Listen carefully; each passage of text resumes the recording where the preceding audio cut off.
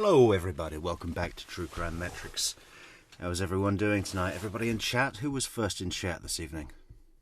Riding Shotgun. Well, you don't count, Riding. Debbie! Deb H. Hello, congratulations for being first in chat. So, first of all, we need to give a big thank you to Joel from Surviving the Survivor, who played our unredacted Jeff Lacasse interview on his channel today. Had an interesting little chat over there with some guests. Thank you very much, Joel, and thanks for showing our video. Also, Tanika's 2 Cents, who was also playing the Jeff content. Everyone's pretty excited about the Jeff content, and we are too. In fact, we spent a good 48 hours, well, not quite, that included last night's stream, but yeah, I was up. I just couldn't stop looking at it. I went through the whole thing. I compared it with the original. The original poster, I don't know who edited the portions, whether it was redacted by law enforcement or for some reason maybe the original poster took some stuff out. But one thing I did notice when I compared the two is how much content, because when you listen to the whole thing on our channel page, it's easy for the new content to kind of blend in with the stuff that we've all heard before. You know, of course you notice bits and you go, I never heard that before. But when you actually pull it all out in the edit suite, it's well over an hour of new content that's there. If you haven't seen that, check that out. But tomorrow we will be releasing a deep dive into examining each of the new portions. And one thing I noticed is that it's very interesting when we analyze the subject of the portions. Why have bits been taken out? Some of them are very, very quick. Just 2 words. A second or 2 of video has been taken out. Why is that? You know, so we're going to be going through that very carefully tomorrow. I'm just working out a way to kind of show it in a nice representation on the video. But that's what we'll be doing. So be sure to subscribe to the channel. Look out for that tomorrow evening, a little bit earlier. We're a bit late today. We're what time is it? 11 o'clock. That's fine. It's 5 o'clock somewhere. But today we are going to be looking at the Lewis effect and how, because no arrests had been made for the murder of Dan Markel until after Lewis had been arrested, convicted, and serving 12 years in federal prison for his RICO case. Then he started the cooperation. Later, he gave testimony, ×3 on the stand. So how lucky did the prosecution get that they had Lewis to use and that he was willing to cooperate with law enforcement, and how unlucky did the Adelsons get? What would the case have looked like absent the arrest of Luis Rivera? If Luis had been killed or moved to Puerto Rico or gone straight, you know, the straight and narrow, what would have happened? Would the prosecution have had enough to go after the Adelsons, to go after Sigfredo Garcia and Katherine Magbanua without Luis Rivera? So we're going to go through some of the key pieces of evidence that Lewis has brought and that subsequently came from Lewis's cooperation. You know, the bump. Would they have had enough information to do the bump? Most of the stuff against the evidence against the Adelsons was because of the bump, right? That's when Donna this TV's going to be about 5, you know. Charlie Adelson, 2 years had passed at that point since the murder, almost 2 years, and I guess they'd all just moved on, right? They clearly thought they'd gotten away with it and were getting real comfortable and probably not talking about it at all. We know from Pat Sanford that they already had their phones tapped, listening. Oh, they're just talking about jet skis and sushi and lobsters. not very interesting, not very probative for the prosecution to use against them in the prosecution, right? But then the bump happened. So, yeah, I just thought it might be cool to give kind of a quick overview, run through of what the case might have looked like without Luis Rivera completely. How does that sound? Does that sound good? What are we doing first? So we've got a little list of stuff to go through here. What else did I want to say? Welcome everybody in the chat. How are we doing tonight? Are we going to have a few less people? It's Wednesday, it's late. Maybe this is a West Coast show today, but that's okay. That's okay. What was the first thing I wanted to play? The first thing I wanted to play was this.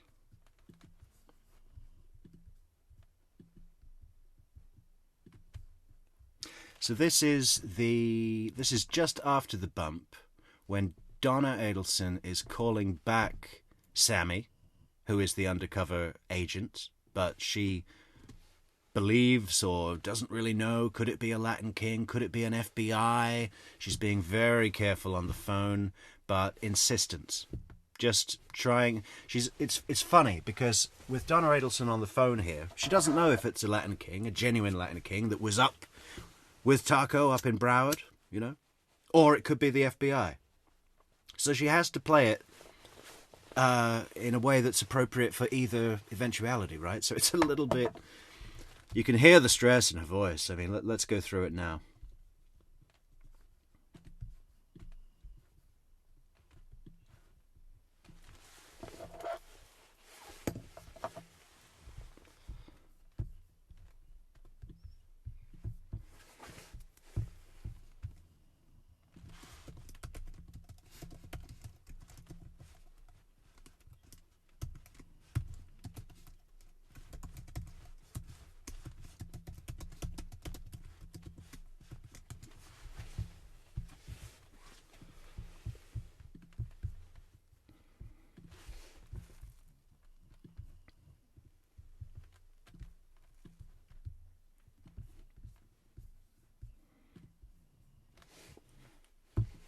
Okay, I can tell from the way that she's reading this, because she is reading this, that, you know, she's obviously had some conference with at least Harvey, probably Charlie as well, not Wendy. They always leave her out of it, right? All they do is look after her fucking kids. But, yeah, they've gone through this. It really reminds me of Wendy's email that she wrote to Donna after Charlie's conviction, you know, where she's trying to say something to her mother, but she knows it's going to be read into the record. So it's what is the word? It's just going through a list of kind of reasons that no legal situation could go against you. That's what Donna's doing here. You approached me on Alton Road. You handed me a piece of paper. It's just the facts, right? Nothing else. They love to do that, these Adelsons. It's not a way to live. It's a high-stress way to live.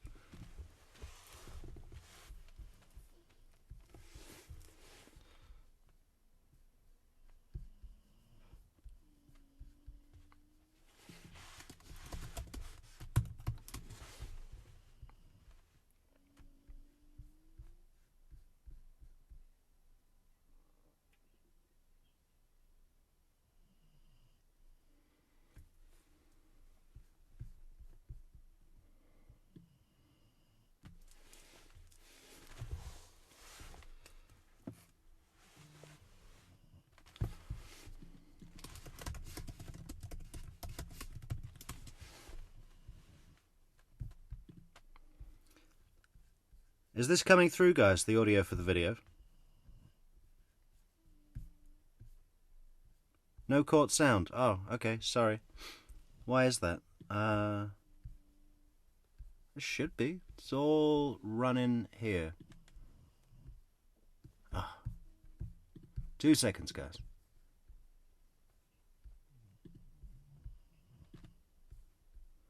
Monitor. Oh, okay. Monitor and output. There we go. I got it. Sorry.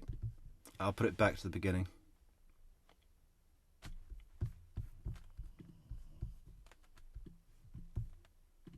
soon. Is this Sammy? Okay, my grandchildren had my phone before, so I Is it Adelson? I'm Mrs. Adelson. Yes. My grandchildren had my phone before, so that's, and I just saw that you called. Oh, okay. You left a message on my voicemail. Right, I did. Yeah. This is my problem. You approached me on Alton Road. You handed me an article from the newspaper about my ex-son-in-law. You told me I need to call you and help your friend who was in prison. Now, at the time you did that, I didn't understand what you were talking about. I didn't call you back. Then you mailed me a threatening letter. Then you send me a text message to my phone that says I'm not taking you seriously. So I am taking you seriously. And I really want you to listen to me. I have to tell you, I mean, this is important. I have been so stressed out. I have spoken to 10 or 12 people who are close friends of mine, telling them about this and basically picking their brains and asking them what I should do, because I don't know your friend who is in jail. You mentioned a name. I don't even know his name. I never spoke to him. I don't know what he looks like. I've never met him. I'm sorry your friend's in jail, but I don't know what that has to do with me. You know exactly what it has to do with. You know exactly what. Listen to me carefully. Listen to me. You just got to listen to me. You need to ask your friend who this person looks like, what their name is, something, because I know there's a big reward out there, and if you need money for your friend, that's the way to get it. I mean, I'm asking you nicely. I don't know who he is. I am out of the loop. It is not me. If I can help, I would help. I mean, that's what. Just like I told you. Listen to me. Just like I told you that day. We know that your family had a problem up north. We know that problem was taken care of about 1.5 years, 2 years ago, and we know that Katie has been taken care of. It has been taken care of. Now my brother in jail. We were in Broward together. He told me the whole thing, and he hasn't been taken care of. You know. Now, all that's being asked for is $5K. That's all we're asking for is for $5K. And he told me everything, and I know everything. I know who's involved. I know everything, and I'll get the $100K for myself. You know, all I ask is to send the $5K. Everybody knows what's going on.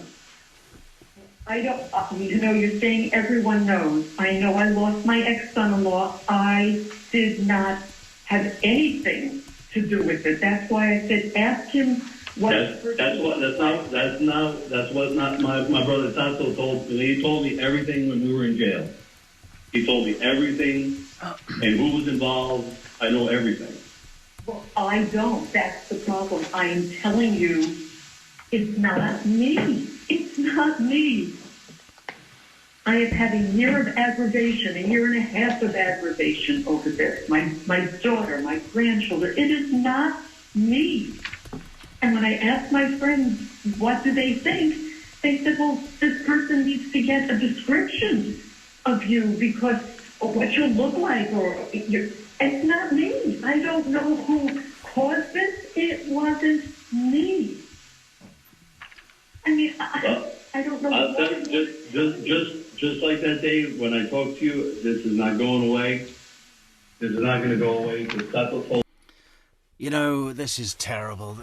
The amount of prep that the Adelsons would have gone into they must have said, listen, Donna, you're going to have to call Sammy back, and we've got to rehearse it. We've got to rehearse what you say. We've got to write it down so you don't stray from the story that we've prepared as a group, right? But really what she should have done is ask him a question. You know, all she's doing is making statements, and they think they're being really clever because it's like, if this is ever read into the record, in case it is the FBI, we'll just stick to the known facts. But they missed a trick, you know. Get him talking. Push him. If you want to find out if he's FBI, they know that the FBI can't do certain things, right? Charlie, when he's talking to, is it Katherine he's talking to? I don't remember if he's talking to Donna or Katie, but on one of the calls, Charlie is saying he knows that the police aren't allowed to threaten you with violence, okay? You know, an undercover cop can't say, hey, give me the $5,000 or I'm going to break your legs or whatever. They're not allowed to do that. That would be completely illegal, and entrapment and all sorts of other laws that would be applied to a situation like that. So if you want to find out if this guy is FBI, obviously a Latin king can break your legs and can threaten you, and probably would. So you want to create a situation where you ask the Latin king a question, frustrate the Latin king, play with the Latin king, get him to threaten you. Put him in a situation where any Latin king on the planet would threaten you. And if they don't, if they dodge around the threat, if they skirt around you, you know, then you've got more evidence. You've got more confirmation that you're dealing with an FBI agent, right? So they are not smart people. They might be smart in their ivory tower when they've got their checkbook and contacts and stuff, but this is a different game, you know. And I'm surprised that Donna didn't pick up a bit of this shit from her days back in Brooklyn, you know. Too much time at the Rotary Club, Donna. Too much time at the Icon, Donna. Everything. He wasn't being taken care of. He needed the $5K. Spent $5K. That's all we were asking for. Don't do that. I don't know who Taco. And I don't know who Taco is. I always call him Taco. I just think that's really funny. What was I going to say? Yeah, I wonder what the layout looks like back at the apartment, the Adelson apartment, because is the phone on speaker and Charlie and Harvey are there, or is she in a room by herself? Is she recording the call so she can play it back to them and analyze it and discuss it? Because it's very important. Something like that must be going on, and I'm surprised. I can understand why Donna, neurotic Donna, is all freaked out and stressed and, you know, can't think straight. But Charlie and Harvey are a little bit more... Harvey certainly is, and Charlie does show some ability to comprehend on occasion, mildly. I'm surprised that neither one of those couldn't tell instantly that this is a police officer, a law enforcement. You know, okay, Metrix, hindsight's 20/20. You know that from the case. But I guarantee you I would have known that this is a law enforcement. He might be talking in this kind of, I was with Mrs. Adelson, you know, like this cop's idea of what a gangster voice sounds like, you know. But it really is not that good of a performance. I hate to say it from Sammy, but he had results. Congratulations, Sammy. But it's pretty blatant to me. You don't understand. We know you don't know who Taco is, but you know who Katie is. And you know the contacts Katie has.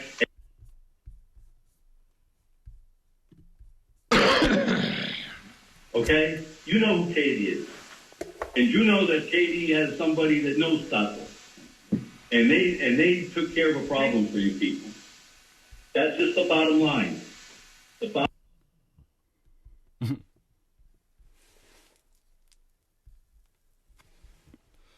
Where's it gone now? Katie is. Do you know that they took care of Katie and her people? Nobody's taking care of Taco. I know you don't know who Taco is. No, but we know who all of you are. And this ain't going away. You know what?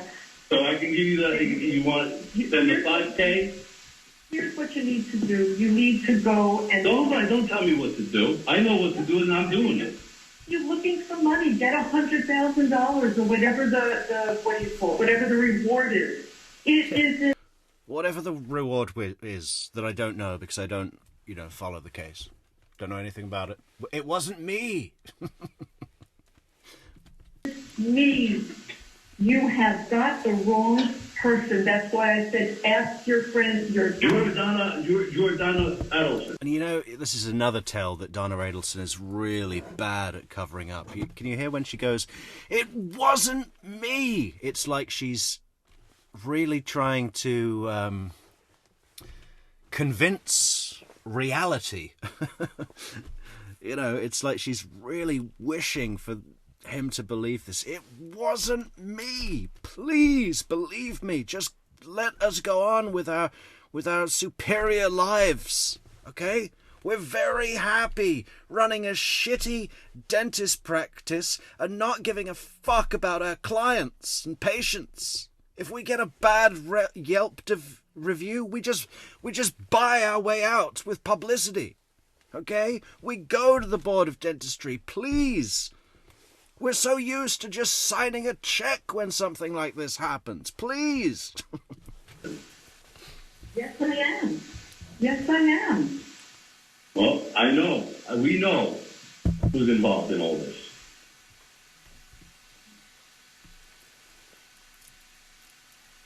Yes, this is not me. She should... Again, I just want to reiterate that point, okay? Because I think I only kind of half finished it. Donna Adelson's... Donna's the mouthpiece here, right? That's all she is. The strategy is coming from Harvey, probably Charlie as well. And the strategy has been make statements of the verifiable facts. You approached me on Alton Road. You handed me a piece of paper. What she should have been doing is asking questions. Get him talking. Say something like, what would it be? What would it be? It would be...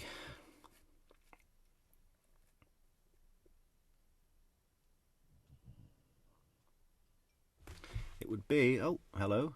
Pinto bought 5 coffees. Thank you so much, Pinto. Star player in the game, Mr. Pinto Peabody. The thing to say would be... call him up. Say, listen, is this Sammy? I don't know what your game is, man, but you handed me this paper. What am I supposed to... And then you just walked off. I didn't know what to do. I didn't know if you were going to rob me or what. I was freaked out. But I've had a bit of time to think about it, and it looks like that you believe that I had something to do with this death of my son-in-law. Where did you get that from? What are you basing that on? And then he says, I was with Taco up in Broward, and he told me everything. These ambiguous terms, that's another thing the undercover does all the time, is, this ain't going away, man. This ain't going away. Make it right. Do the right thing, man. Take care of Taco like you've been taking care of Katie and Tudor, man. This ain't going away. He told me everything. Saying he told me everything doesn't mean anything unless you apply everything to something, right? It's just so open. He told me everything. Well, what do you mean? The entire encyclopedia of world knowledge? What did he tell you? Give me a topic. Just get him talking. They don't know what they're fucking doing. If you want... The only thing the Adelsons seem to have going from them...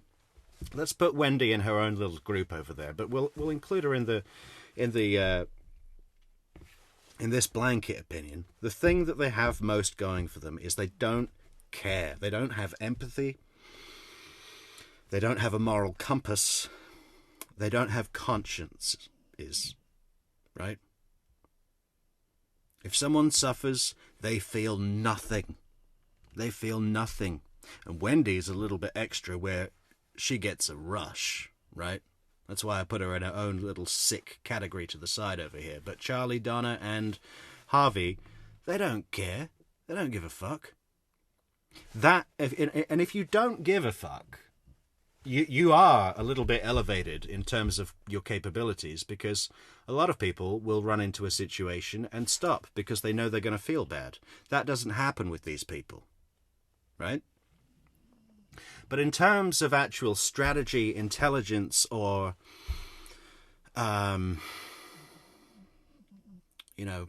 criminal prowess, they've got very little. Less than average, I'd say.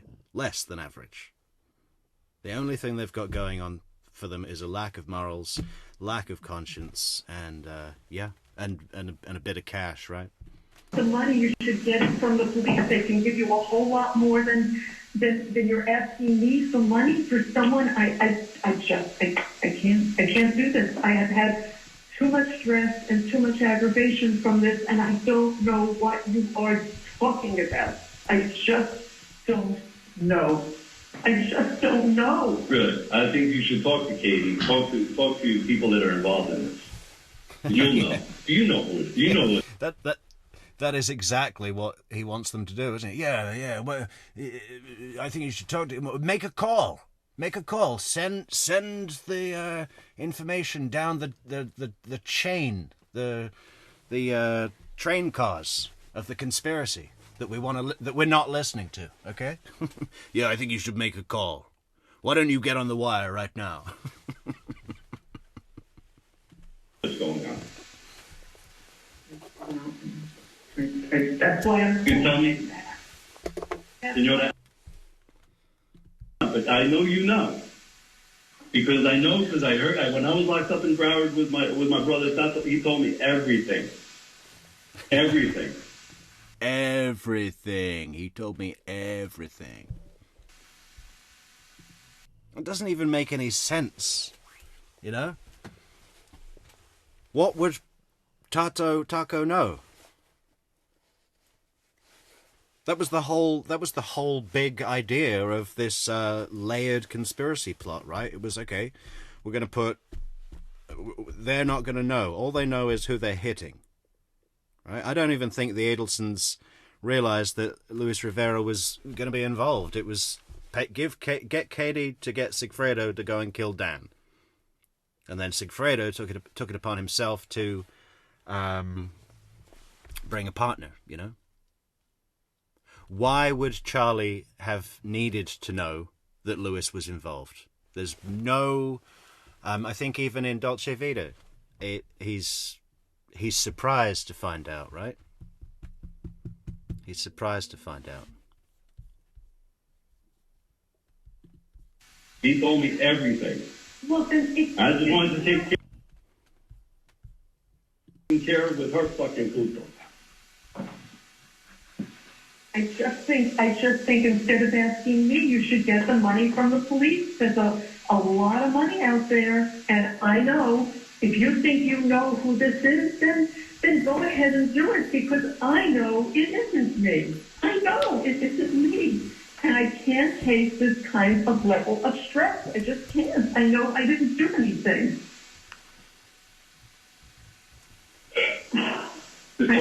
Talk to people, you talk to the right people, you talk to people, you make this 5K come to me. That's all I need. Just do it and get it to me.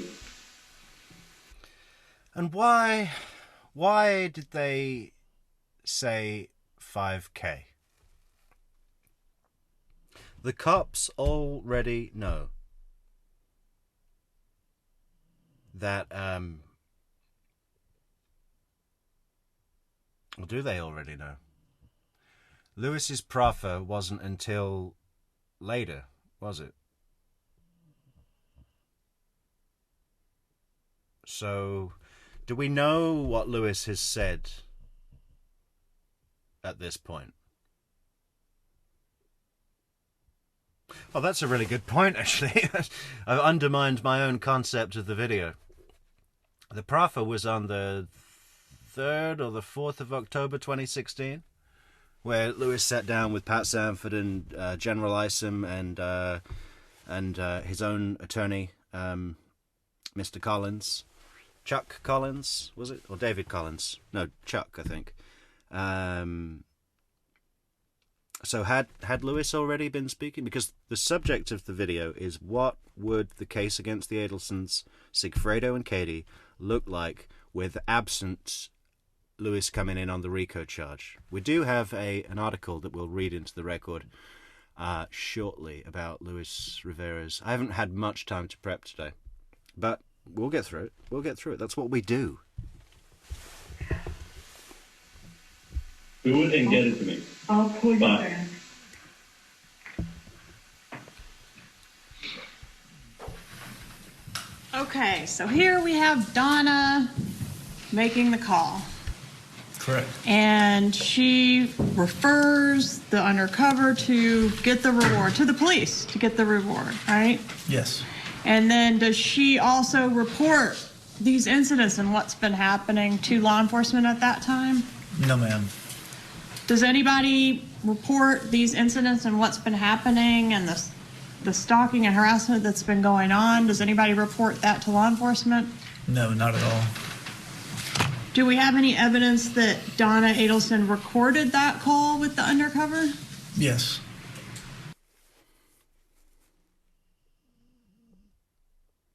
Oh, they do have evidence that the call was recorded. Cool. What would that evidence look like? Is that worth dragging down, or would it? No. Okay, let's see if this article's worth anything.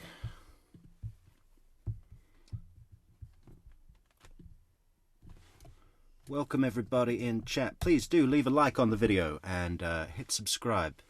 Hit subscribe. More Adelson content coming out soon, and more FOIA requests.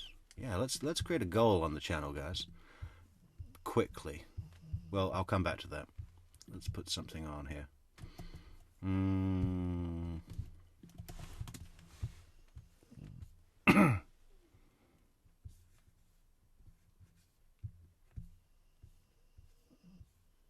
Just seeing how long this is. Whether we can, yeah, we can read that.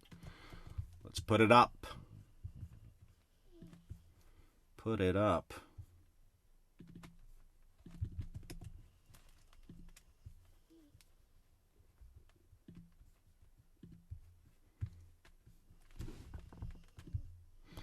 Do do do do do do do do. Oh, I can't scroll. Well, I'll just put this one up then. Okay, so it says, much of the focus in Dan Markel's killing has been on a small-time career felon already in custody. But the next suspect likely to be arrested is a leader in a national gang syndicate connected to much more heinous crimes. So, who's that then? I mean, that's Luis Rivera, but it says much of the focus in Dan Markel's killing has been on a small-time career felon already in custody.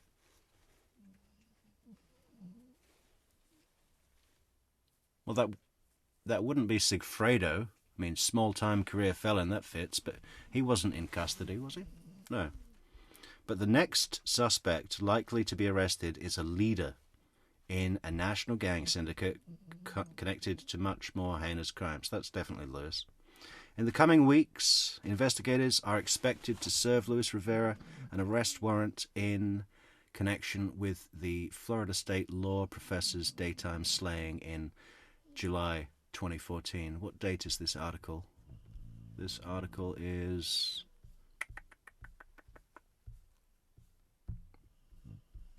Man, Tallahassee Democrat, you don't put a date on your article? What the hell? The 33-year-old sits in Coleman Federal Correctional Institute east of Orlando on unrelated racketeering charges. Rivera is serving a more than 12-year sentence after pleading guilty to those charges during an 8-year-long federal investigation targeting 23 members of the Latin Kings. Court documents say Rivera, who goes by King Tado, was the head of the North Miami tribe of the group, a Chicago-based gang operating in 39 states, including Florida. The group works mostly in narcotics distribution, an operation that includes assault, robbery, burglary, and identity theft. The gang also has been linked to murders, kidnappings, and witness tampering. Police say Rivera, a 34-year-old... Police say Rivera and 34-year-old Sigfredo Garcia, who was arrested May 25th in South Florida on first-degree murder charges in Markel's death, traveled from Miami in a rented 2008 Prius just days before the killing. Markel was found slumped over the steering wheel of his parked car in the garage of his Benton Hills home with a gunshot wound to the head. The two men cased the 41-year-old legal scholar's home before the killing, police say, and stayed in 2 motel rooms during the 3 days they were in Tallahassee. I think it was 1 room with 2 beds. That's what we heard from Lewis on the stand. A neighbor who heard the gunshot saw what he believed was the Prius pulling out of the driveway. Rivera was convicted in 5 separate drug cases before he was 17 and spent most of his youth on drugs, federal court documents say. Luis Rivera is uneducated, cannot read or write, and has been on the streets with little family guidance since before his teenage years. His attorney in the racketeering case wrote, he further was diagnosed with schizophrenia since he was age 10. The federal case alleged he used his gang ties to defend his family and business aspirations from rivals who had moved into his territory. Prosecutors said he requested a colleague's assistance in checking out and hitting or robbing an apparent drug house operating in a park restroom.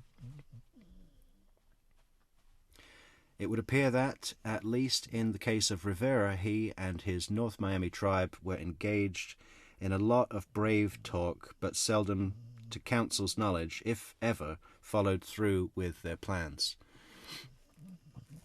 His attorney wrote in a court filing seeking a lesser sentence. Despite Rivera's gang ties, his attorneys said nothing in his criminal past involved violence, all centered around drugs. He was employed as an assistant foreman at a Pompano Beach masonry company for the better part of 15 years before his sentencing. There he acted as a father to other gang members looking for work and a way off the street. Trying to help other gang members may have provided Rivera with the family system he lacked for so many years, his attorney said. It is easy to understand how mentoring his Latin King brothers gave some dignity to an uneducated, unworldly individual, they wrote in court filings. Man, Tallahassee Democrat is really giving some airtime to his defense. It is unclear when Rivera will be charged in connection with Markel's killing or to what extent he was involved in the actual shooting. So they mentioned in this article that Garcia had already been arrested May 25th. So it's after that, but before his proffer. Investigators say he and Garcia were in Tallahassee the month before the shooting to meet with a man who rented one of the hotel rooms before the 2 suspects. That'd be Shardrick Nobles, believe it. That witness was contacted by Rivera the day before Markel's death. The witness told police when the trio met in June 2014, he saw Rivera with a silver short-barrel revolver. Tallahassee police investigators in court records say evidence collected from Markel's Trescott Drive home is consistent with the caliber of gun described and the absence of shell casings, which are not ejected when a revolver is fired. Police say the two men were enlisted to commit the murder as part of the resulting fallout of Markel's contentious divorce. There is no previous contact between Markel and these two defendants, investigators wrote in court records. Garcia and Rivera were enlisted to commit this egregious act against somebody they did not know and never interacted with before the murder. Well, I hadn't actually read that article before. Okay. What did we learn from that? Not that much. But nice setting the scene. So what do we have now? Maybe we should go to the comments. So let's have a look here. You see, what I'm thinking is,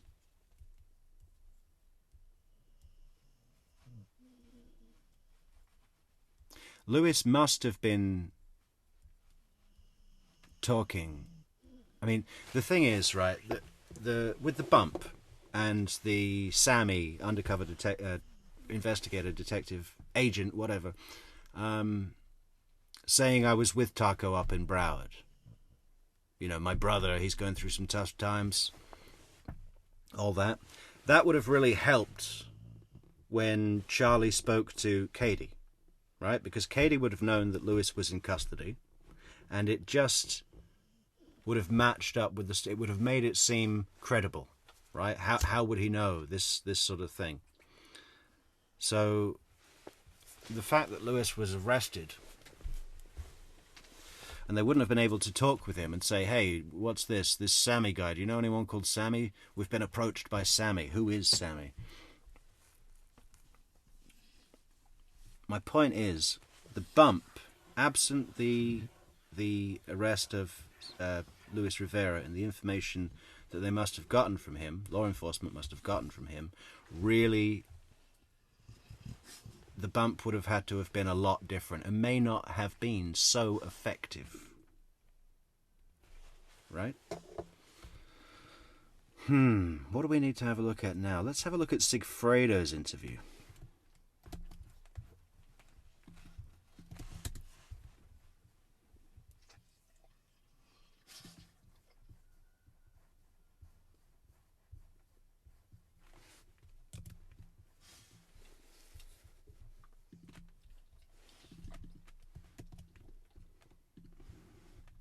We got some information about something that happened a couple of years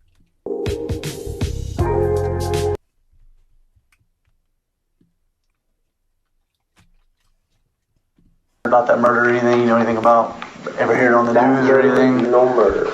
This handsome Miami guy was not expecting.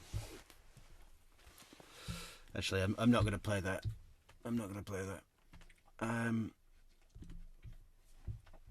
Don't need to right now, anyway.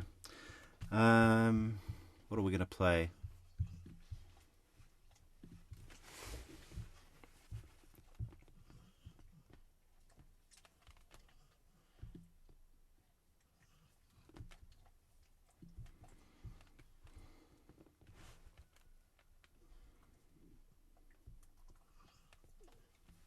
We'll play Charlie talking to the undercover. Sammy from the Tallahassee Democrat.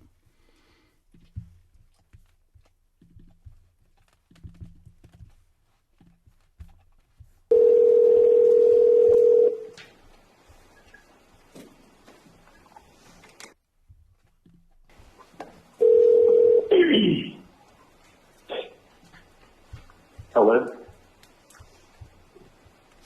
Hola, diga. Hello, diga. Who is this? Who's this? Someone's been calling my family and trying to figure out who this is.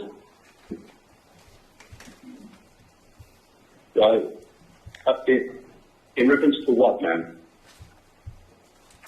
Someone by the name of Sammy called? Yeah, that's me, man. What's going on? Well, what's going on is my brother Tato. Okay, my brother Tato has not been taken care of. His family's not been taken care of. I talked to a dentist. Why are you calling me? Who are you? I gave the number to a lady. I don't know Tato. You don't know Tato? I'm No. sure you know Katie and Tuto. They've been taken care of since the family problem been taken care of up north. I don't know who you are. You don't? Well, this isn't going away, my friend. Because let me tell you something. I was at Broward with Tato, and he told me the whole story. He told me nobody was taking care of him. Nobody was taking care of his family. The family was taking care of Katie and Tuto, and nothing's been taken care of with Tato. So we know what's going on. And Tato needs to be taken care of. Do the right thing. The lady already has the paperwork. She knows what I'm talking about. We know Katie. We know Tuto. We know they've been taken care of. All right, let me look at No more f***ing around, man. No more Can you hear the? You see, Charlie's tactic here is just don't say anything. But in his silence, can you hear him thinking? Can you hear him trying to work out? Just, is this a cop? Is this a cop? Also, not a great tactic or look. Is that what you would do as an innocent party? Just phone up and not say anything?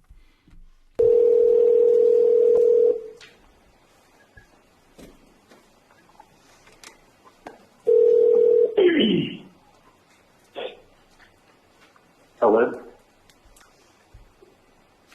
Hola, diga. Hello, diga. Hi, who is this? Who's this?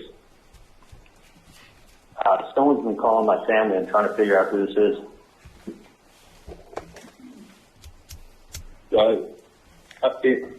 In reference to what, man? Someone by the name of Sammy. And there it is. Is that? Hang on, I'm trying to remember, because that term, in reference to what, gets thrown around a boatload of times, and I think it originally came from Charlie, on something that the cops were listening to, maybe the phone call with Donna. We'll see if we can find it. But I love how Sammy, it was a clue. It was a total clue. And probably you'd only see it in retrospect. But basically, the undercover agent used the term in reference to what? What is this in reference to? Right? That had already been said by Charlie, I think, to Donna. And the undercover would have heard that on the, I don't know if it was intentional. Sometimes it's good to use if you're trying to convince somebody to do something, sales or whatever, it's good to use their own language back at them. It makes it, there's less of a hurdle, there's less of a challenge for a point to be made, right? Terminology is good like that. And I don't know if it's intentional or if it was just accident or what, but it would have been a clue to Charlie. Hey, he just said that thing that we always say. I'm surprised the undercover didn't say something about roughing up. Do you know anyone that can rough someone up? Yeah, that's me, man. What's going on? Well, what's going on is my brother Tato. Okay, my brother Tato has not been taken care of. His family's not been taken care of. I talked to a dentist. Why are you calling me? Who are you? I gave the number to a lady. I don't know Tato. You don't know Tato? I'm No. sure you know Katie and Tuto. They've been taken care of since the family problem been taken care of up north. I don't know who you are. You don't? Well, this isn't going away, my friend. Because let me tell you something. I was a Charlie, you focused on the wrong thing, man. What was that? Let me just think a sec. He's saying, Tato, you got to take care of Tato. Because Tuto's been taken care of since we took care of your family problem up north. And the next words out of Charlie's mouth were, well, I don't know who Tato is. You're confronting the wrong point, and by doing so, giving credence to the more important point of your knowledge about your family problem up north being taken care of by this guy. Or his brothers, right? I mean, if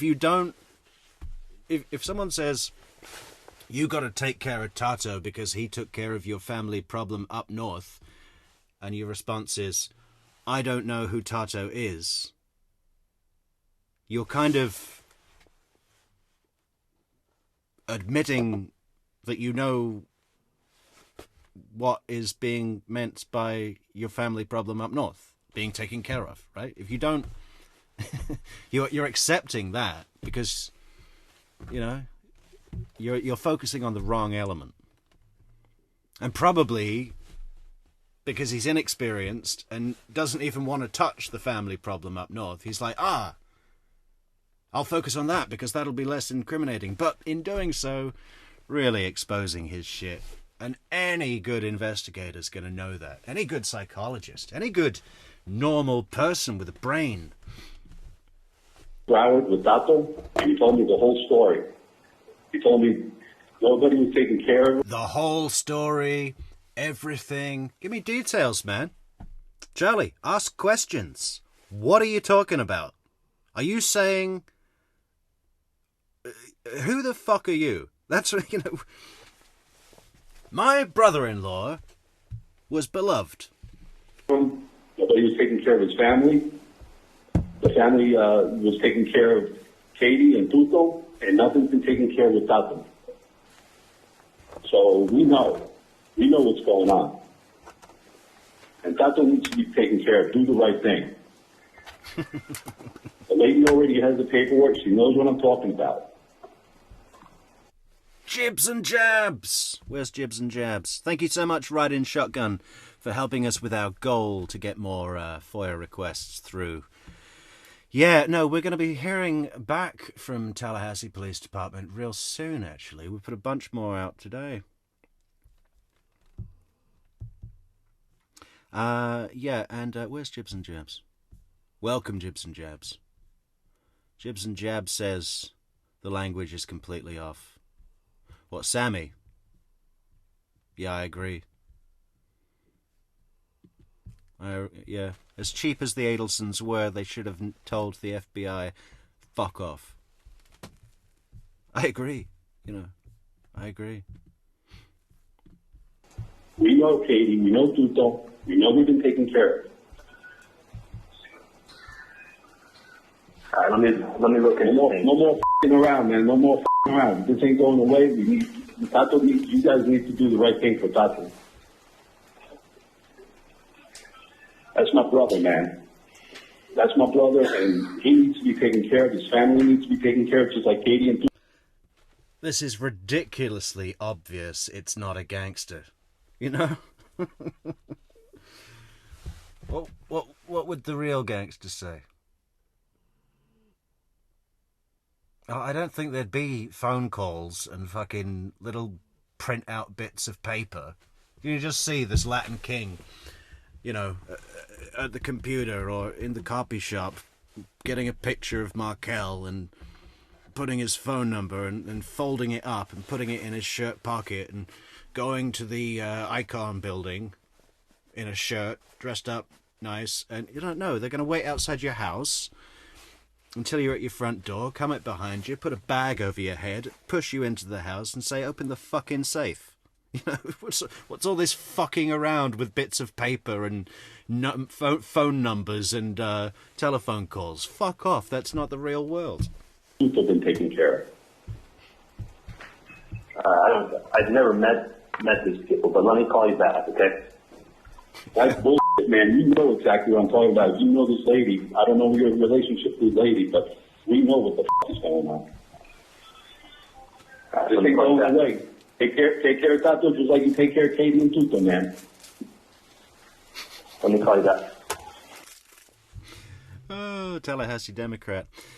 Thank you, Laura Lee, for the fabulous coffee on buymeacoffee.com. Great way to support the channel if anyone would like to do that. You know, we've got a link in the description. We've got a bunch of links in the description. We've got a link to buymeacoffee.com/True Crime Metrics, where you can buy us a coffee.com. What else have we got? Fantastic links. We've got merch. We've got fantastic merch. Oh, I forgot to put the merch up. But that's okay. It's just merch.truecrimemetrics.com. What else have we got? Social networks and Discord. Discord. Yeah, come and join the Discord community. Links in the description, guys. What do we got now? Oh, Mr. Pinto Peabody. Thank you so much, Mr. Pinto, for the super chat, super sticker.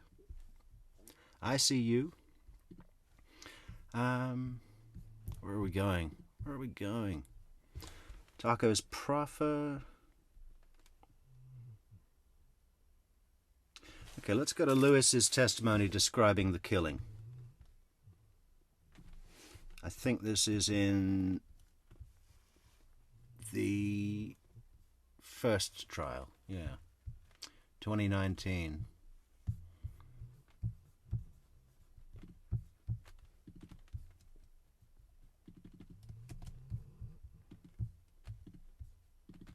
Okay, so did Garcia get a phone call about the Instagram photo that you posted? Yes, ma'am. And were you present when he received that phone call? I was outside. He came outside and told me. He came outside and told you to take it down? Yeah. All right. He told you to take down the picture of the owl that you posted onto Instagram with your location when you've come 400 miles north to do a murder. Is he an ornithologist?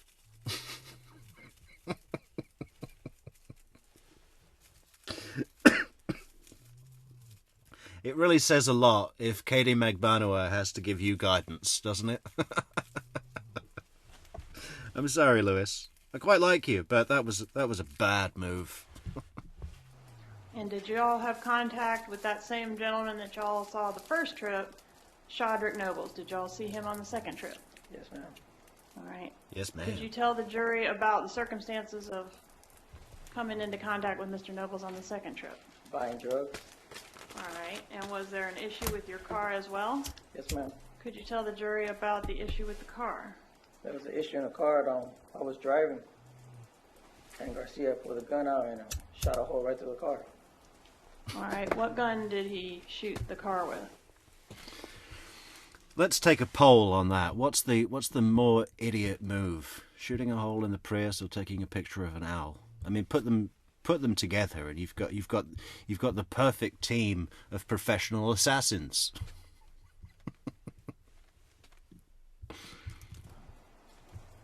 The homicide one. The murder weapon. Murder weapon. The gun that you bought on the street corner. Yes, ma'am. The homicide And one. I assume that was an accidental shooting of the car? Yeah, it was an accident. Where did this occur? Were y'all in the parking lot or somewhere else? I was driving. All right. Did it disable the vehicle? Of course. All right. So what did y'all do as a result of the vehicle being disabled? And this is the green Prius, right? Yes, ma'am. Okay. Go ahead and tell us what y'all did. Well, the car had stopped because he hit the gas line. So, pushed it right to the side of the road to like a little parking lot. He left with Cedric to the Adelsons and got a little piece of hose to come fix it up. It only took him like about 10 minutes to fix it. So Garcia got a ride with Mr. Nobles? Yes, ma'am. All right. And who fixed the car? Garcia. I'm sorry, guys. I just made a poll, but I wrote the word hole with a W. That's embarrassing, and I can't edit it. But it's late. It's 5 a.m. for me, okay? All right. Was he able to do that with whatever he bought at the auto parts store? Of course. And then it ran again after that? Yes, ma'am. And did Mr. Nobles assist y'all with getting a hotel room that second night in Tallahassee? Yes. All right, I want to talk about what happened on July 18th, 2014. Who was driving the green Prius that day? I was. Where did y'all go when you left the hotel? To Markel's house. All right, and was Mr. Markel, was his vehicle there? That's that Friday. Yes, sir. His vehicle, we had pulled, but we passed by. We didn't see it, so we went to the corner, the same spot of that park. We posted up and waited for him to come around. So once I seen him, we followed him.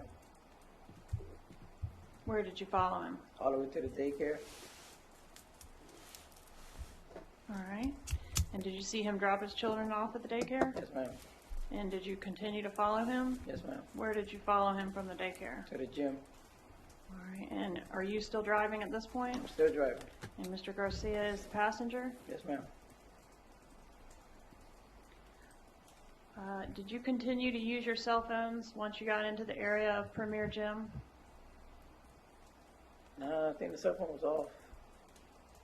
I can't remember. Okay. You don't remember whether you turned your phone off or not? Yeah, I can't remember if it was on or off. Okay. Have you seen the Premier Gym video? I seen the gym. And you saw the images of that green Prius circling around while Mr. Markel was working out in the gym? Yeah. And was that you in that vehicle? Yes, ma'am. And Mr. Garcia? Yes, ma'am. What happened once Mr. Markel came out of the gym? We followed him all the way back to his house.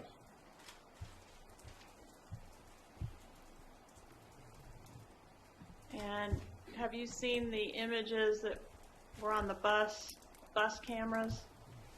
Have I seen the images? Yeah, the video from the bus cameras. Yeah, I've seen them. All right. And is that y'all both before and right after the murder of Mr. Markel? Yes, ma'am. Right.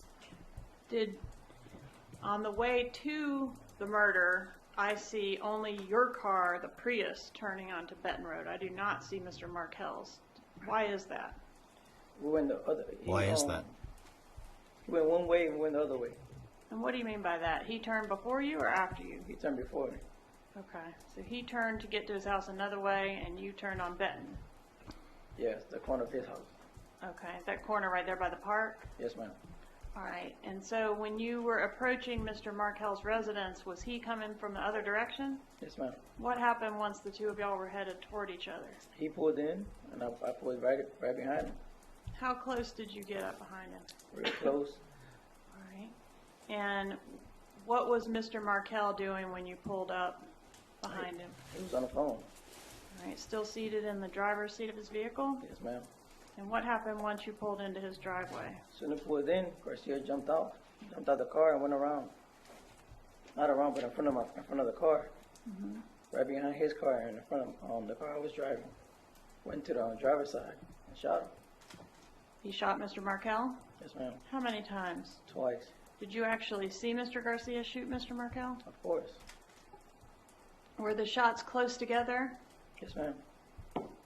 Can you describe Mr. Garcia's shooting position, like how he was holding the gun? One hand. All right. Was it raised up or was it like a normal arm, pretty straight shooting position? Raised up pretty straight. Okay. And did Mr. Garcia, did you observe him touch anything did he have to go inside the garage to kill Mr. Markel? Yes, ma'am. And did you see him touch anything inside the garage? No, ma'am. All right. And when he shot Mr. Markel, can you tell the jury anything about how close the gun was to Mr. Markel? Pretty close. Okay. Would you say inches, feet? Just inches away. All right. Did you see Mr. Garcia go inside the house at all? Not at all. You know, Sigfredo Garcia's right in the room over here, right? He's listening to his best man, a guy that he never thought would flip. You know, code of silence, head of the Latin kings, blah, blah, blah, blah. Must be pretty weird. And I'm just wondering... Well, first I was wondering why Sigfredo wouldn't flip. But obviously he's not going to flip on Katie because he would have taken it, right? Even with the death penalty, he'd have just, protected Katie. So why didn't he, testify or cooperate with a false thing and just say Katie was not involved. I did have this drug deal with Charlie, and you know, we came to an arrangement. I said I'd kill Markel and he'd leave my wife alone, and she had nothing to do with it. I mean, if you flip like that, that's not even going against, you know, snitches get stitches. If it's, can you snitch if you lie in the prison code? I think Sigfredo would be all right in prison anyway. I mean, he's a big guy, right? Did he take anything from Mr. Markel other than his? All right. Which way did y'all go? The same way we came in. All right. Up Thomasville Road? Just there by the corner of the park. Okay, so you turned at the corner by the park. Yeah. And then did you turn at the light? Yes, made a right and just left. All right. Did y'all get on the interstate and head back to Miami? Yes, ma'am. Do you see the person in the courtroom who shot Mr. Markel? Yes, ma'am. Could you please point that person out and describe what he's wearing? Garcia is wearing a tux. A tux? Yeah. What color is the shirt? Blue. A tux. I guess any suit is called a tux if you're a Latin king. Imagine if the camera panned round and Sigfredo Garcia was actually there wearing a tuxedo. Let the record reflect. It's the only thing I had for court. And it says patent leather shoes. Garcia. On the bus video that we talked about a little earlier, in the moments after the homicide, there's some like animated movement that's seen in the passenger side of the Prius. Can you tell us what that was? What was happening at that time? Oh, he's just trying to hide the gun. Who was? Garcia. Where was he trying to hide the gun? Right in front of the passenger side. Okay. And what was Mr. Garcia's demeanor like? What was he acting like when he got back in the car after killing Mr. Markel? Agitated. Like he was coked out and completely hungover. These guys, they go up to do a hit. They go to Hooters for dinner, get completely fucking tanked. They've been knocking back miniature bottles of booze all the way up here, doing coke all the way up here. I don't think that's what the Adelsons had in mind when they looked to hire a couple of assassins for $100,000. You know, they were probably imagining that French guy from Leon with a little briefcase, you know, in a sniper's nest on top of Florida State University. Didn't really go down like that, did it? Markel. Hey, thank you, Evan, so much for the fabulous super sticker. Thank you, Evan.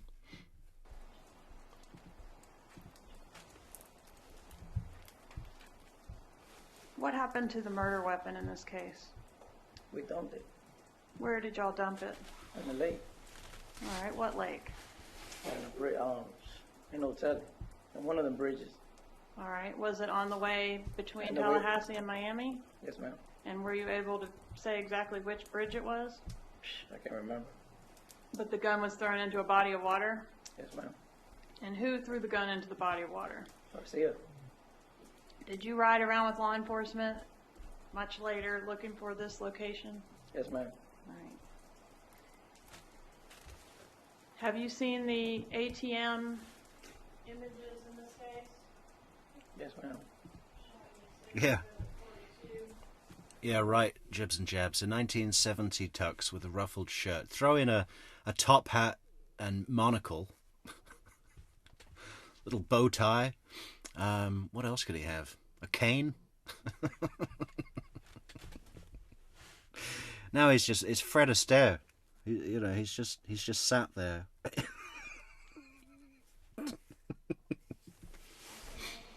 Wearing tap shoes. He walks around the court, clicking his heels. Yes, ma'am. That's me. Garcia. What car is it? The Prius. That's the day of the homicide? Yes, ma'am. Sir? Yes, ma'am. What were you Good night, doing Michelle. at the ATM? I was just getting money out. Why did you need to get money out if you got a couple $100 already for the murder? We got ran out. Y'all had run out of money by then? Yeah. Well, I should think so. It'd cost more than that in gas. Couple of $100. The fuck? That's your down payment? It was more than that, wasn't it? What did I think they got $5,000 for the trip up front, but they spent $4,800 on coke. Do you know which one of you had the first phone call once the murder occurred, you or Mr. Garcia? Garcia. And do you know when that phone call was made or where y'all were when the phone call was made? We was driving back to Miami. All right. And who was the first phone call? Did he receive a phone call or he made a phone call?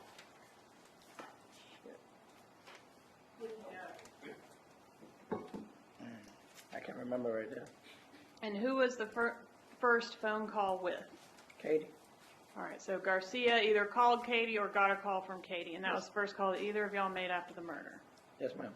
All right, and how do you know that call was to Katie?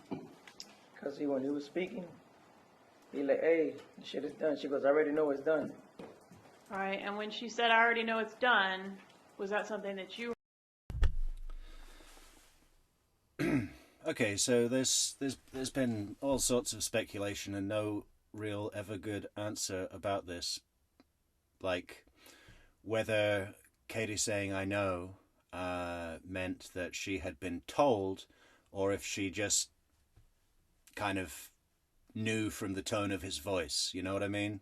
Like if your baby daddy says to you something, you know, anyone that you've spent a lot of time with, family member, good friend, baby daddy, whatever, you know, you sometimes you can just tell what's going on without the full context, right?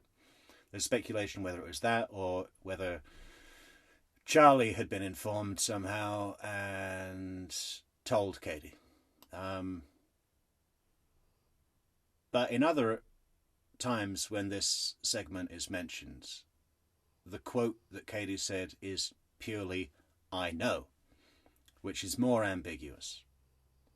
If it is true that she said what Luis just reported, which was, I already know it's done, that to me is a surefire indicator that she had been informed and it wasn't just some sort of telepathy thing from someone that you know how they talk, right?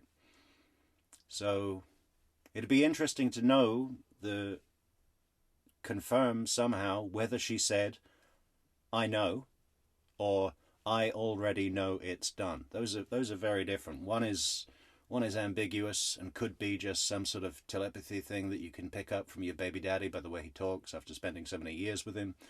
And the other one is, to me at least, a surefire indicator that she was informed.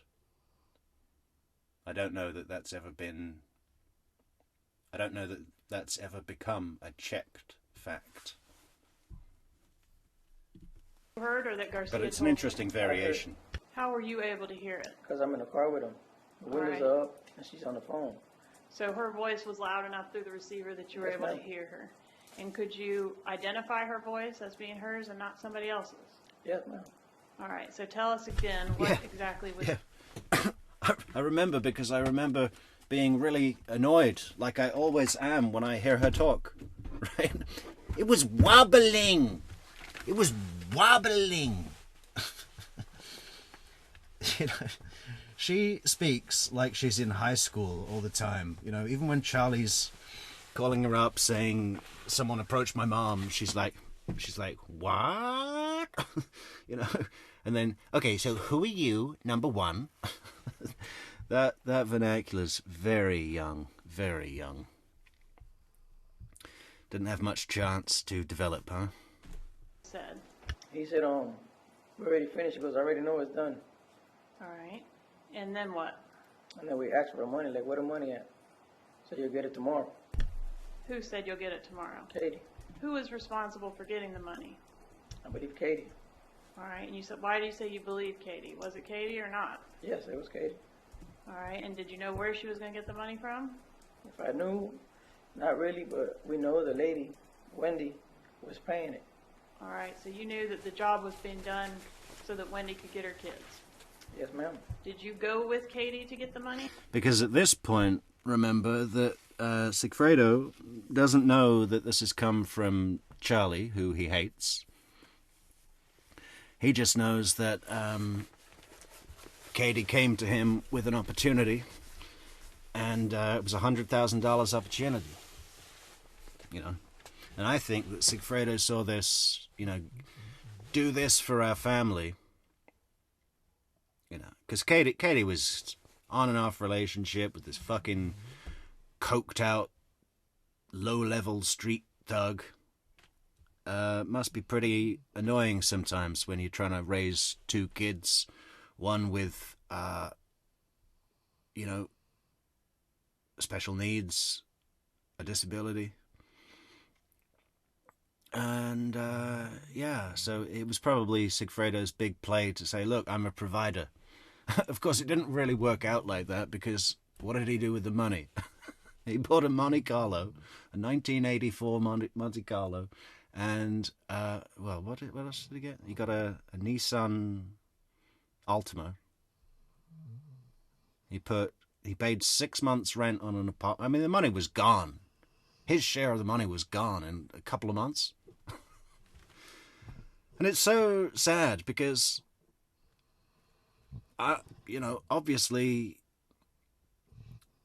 it just must be so ridiculous for Ruth and Phil Markel to say, okay, so our beloved son, who was brilliant and earned good money himself, obviously, you took his life for $100,000, split it 3 ways, and blew it in a couple of months, and were back to low-level hacking your way through life.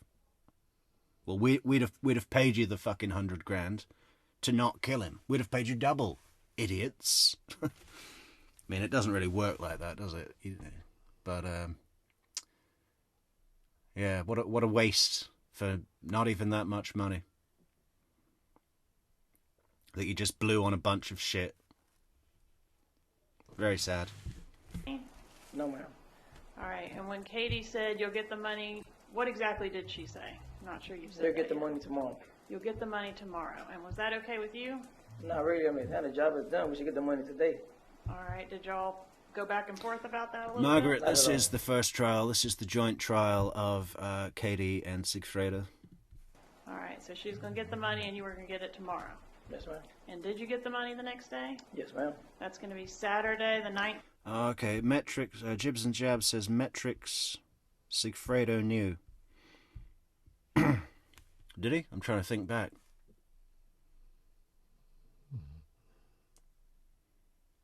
I mean, all I remember to support the argument that he didn't know was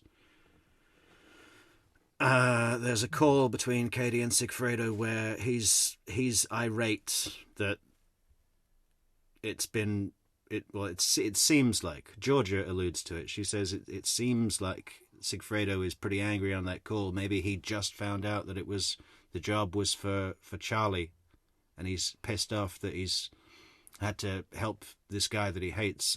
Can you tell us, Jibs and Jabs,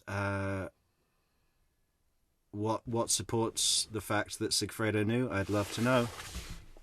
19th? Yes, ma'am. July 19th, 2014? Yes.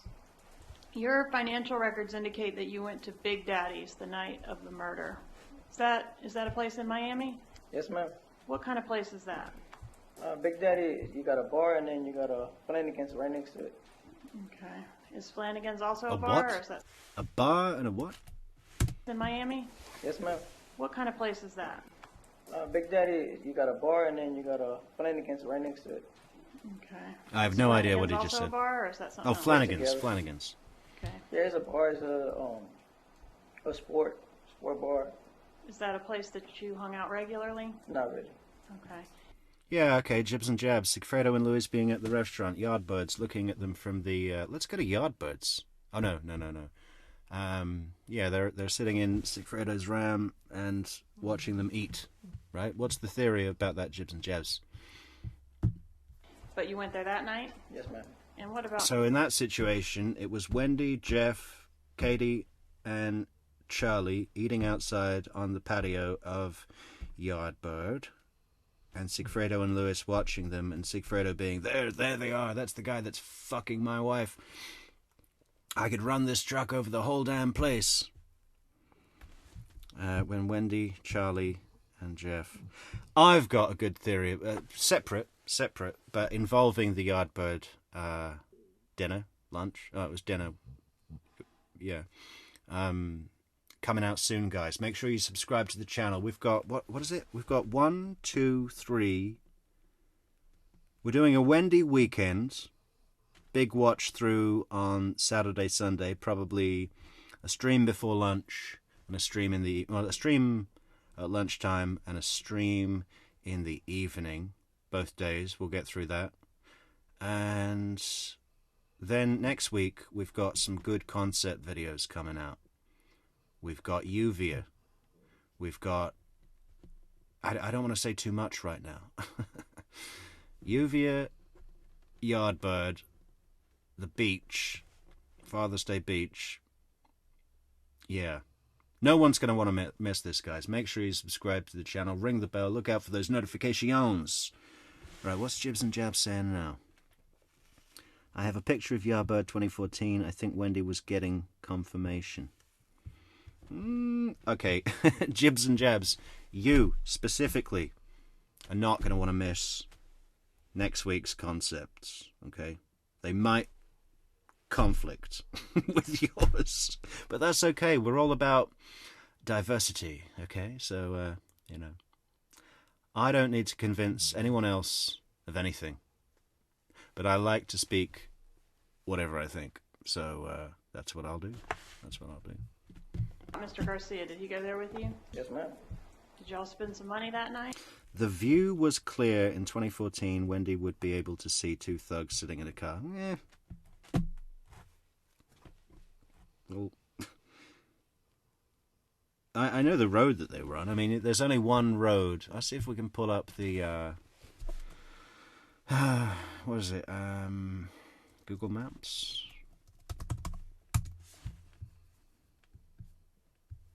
I'll let the video play. Yes. Were y'all celebrating? You can't call it celebrating, but yeah, we spent some money. All right, but you hadn't been paid yet. No, not at all. Okay, but you were anticipating getting some money the next day. Yes, ma'am. Did you know how much Mr. Garcia was getting paid for his role in this murder? 40 grand. 40 grand, and that's what he told you? Yes, ma'am. Did you know how much Katie was getting for her role in this murder? The rest. The rest of what? The money. How much money was it total? 100 grand. 100 grand? Yes, ma'am. That's how much the job was? Yes, ma'am. Okay, let's see if this works in our stream.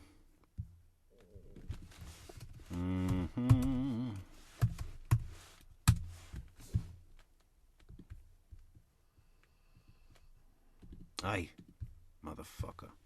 You motherfucker.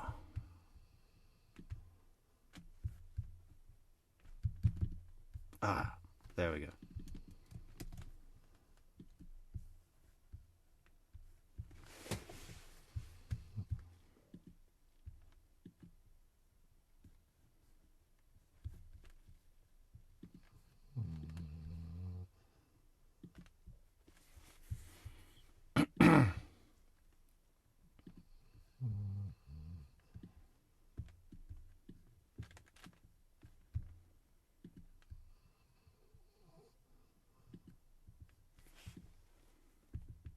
Where's it gone?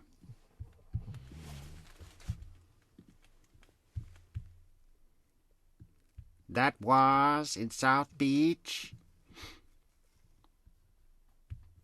Let's. Hey, oh, there it is.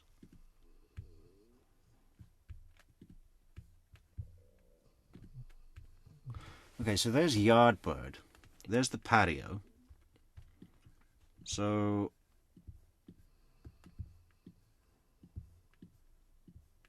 you know, your assertion, Jibs and Jabs, is that Wendy would have been able to see them.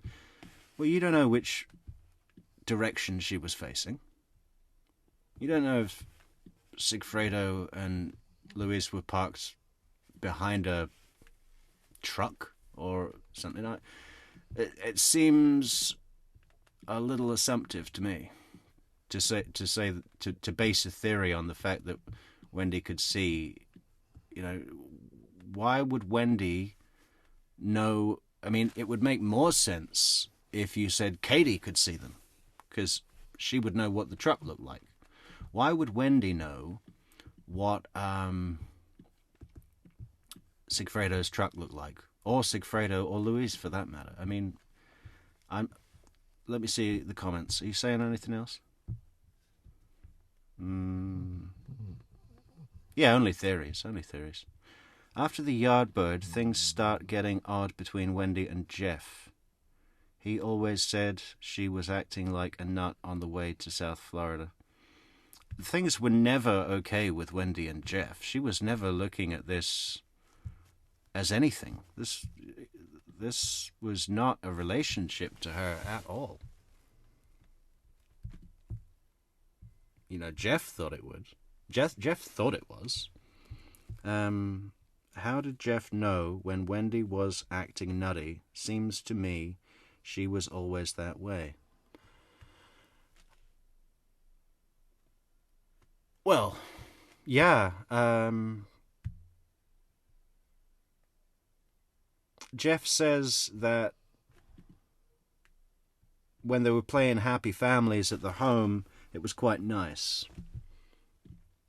Basically, when Jeff was looking after the kids and taking that job off Wendy's hands. I've lost track of what point we're making. You said, Jibs and Jabs, that Sigfredo knew that the job was for Charlie, and then said something about Wendy seeing the... what I think is that Charlie, Jeff, Katie, Wendy, none of them knew about Sigfredo and Luis watching them eat at Yardbird. That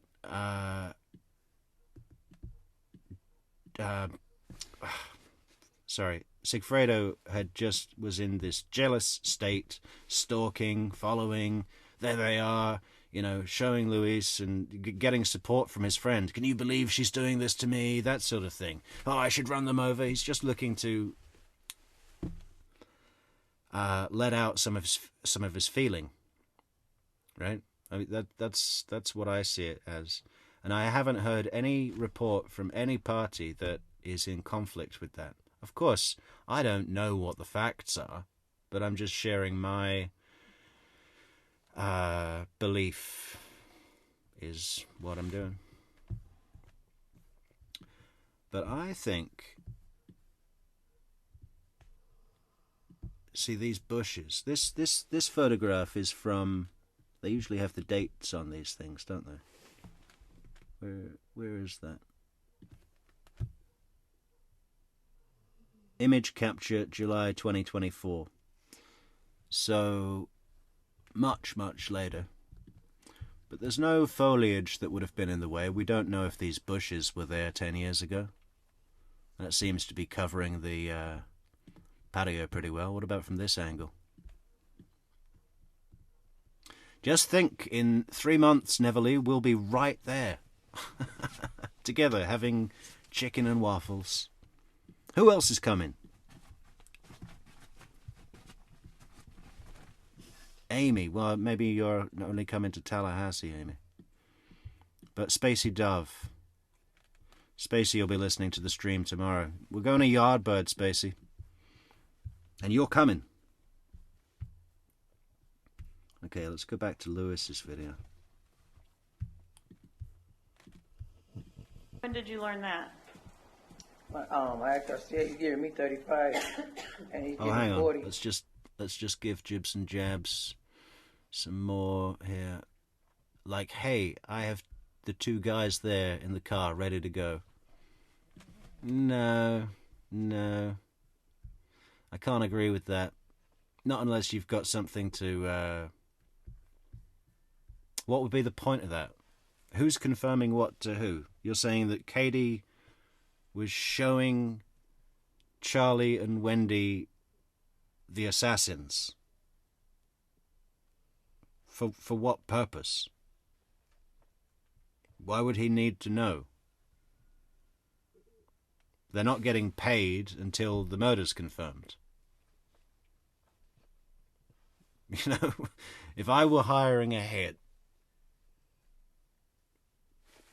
I probably, you know, the whole thing is layering the extortion. So that, sorry, not the extortion, the hiring, the murder for hire. I just don't see why that would be needed. I say how much is in total, so the 100. Katie get the rest. All right. So you said that you got paid the next day. Tell us about that. I was in a barbershop the next morning. I get a phone call from Katie. Hey, where's Tuto? Where's Tuto? And Tuto is Mr. Garcia? Yes, ma'am. All right, so Katie, you talked to Katie on the phone that day. Yes, I did. And that was pretty unusual because y'all don't usually talk on the phone, right? Yes, ma'am, we don't. All right, and she says, where's Tuto? Did you know where Tuto was? Yes. Overruled. And where was Tuto? And Shrimp's house. And who's Shrimp? His girlfriend. Okay, so that's a woman that he was seeing around that time? Yes, ma'am. All right, and what did she say? Did she say anything about the money? Yeah, she said he was going to come get this money. I said, he is. You go get it. All right, so she wanted to know who was going to come get the money. Yes, ma'am. And were you able to locate Mr. Garcia? Of course. And did y'all go get the money? I didn't go get it. He went to get it. You didn't get your money? I was in the barbershop still. They brought the money to my house. Okay, and did you go to your house to get the money? Yes, ma'am. Who was present when you Yes, went to your ma'am. house and got your money? Garcia and Katie. All right, and is that the house that we talked about earlier that you lived at with Jessica? Yes, ma'am. All right, so you leave the barber shop, is that right? Yes, ma'am. And go to your house? Yes. Who gave you the money? Garcia. All right, and Katherine Magbanua was present as well? She was there. All right, and tell us about the money. How was it packaged? It was in a brown bag. Okay. Like a brown paper bag or a plastic? A brown paper bag. All right, and what about inside the brown paper bag? It was like a little clear plastic, a plastic bag inside of it as well. All right, and what was inside the clear plastic bag? Money, hundreds. All hundreds? Yes, ma'am. And did you count the money? No, How do you know how much was there? because I trust him. All right, so you were told it was 35,000. Yes, ma'am. And did it seem like about that much to you? Yes, ma'am. And you said it was all hundreds. Were they separated at all into stacks? They were stapled. Stapled. $1,000 staple each one of them. So stacks of hundreds stapled together with like a stapler?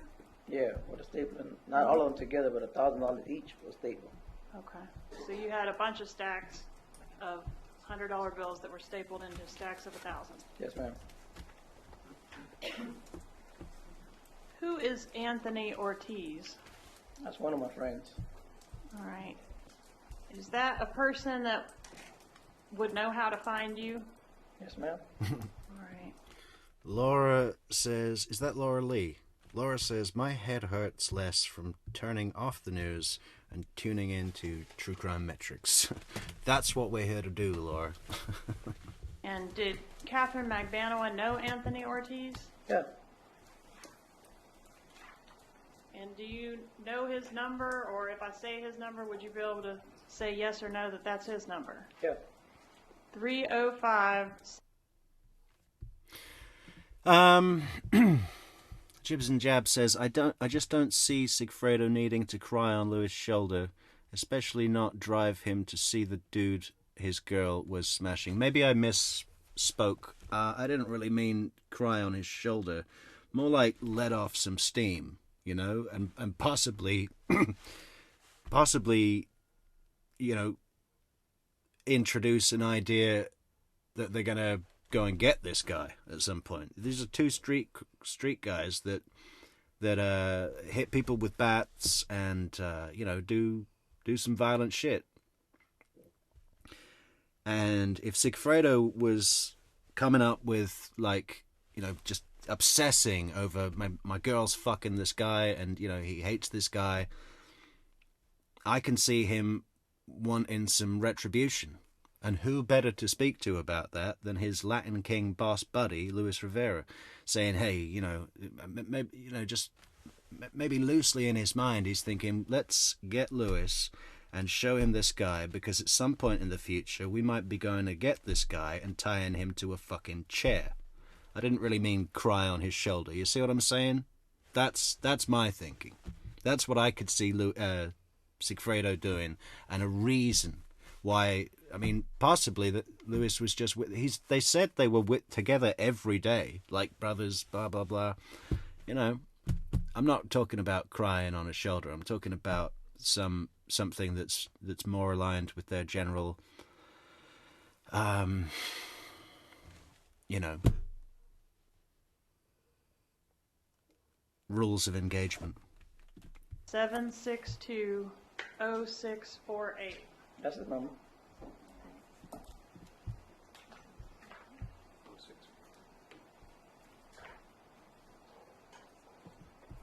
You know, bearing in mind that the Yardbird dinner was in March, and it wasn't until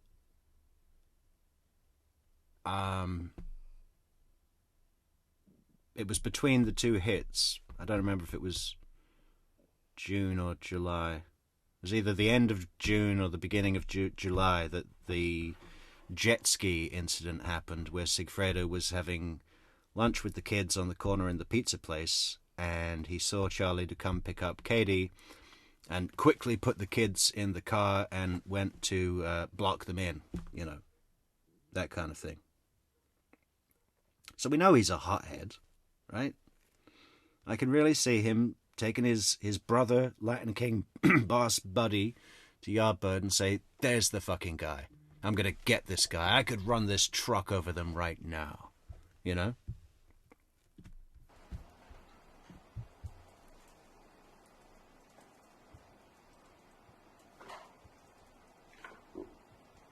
Did you get any additional money for this murder other than the money that you got in that brown paper bag?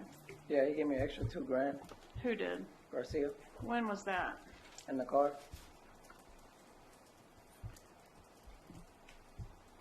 You say in the car. Was that the same day that you got the $35,000? Yes, ma'am.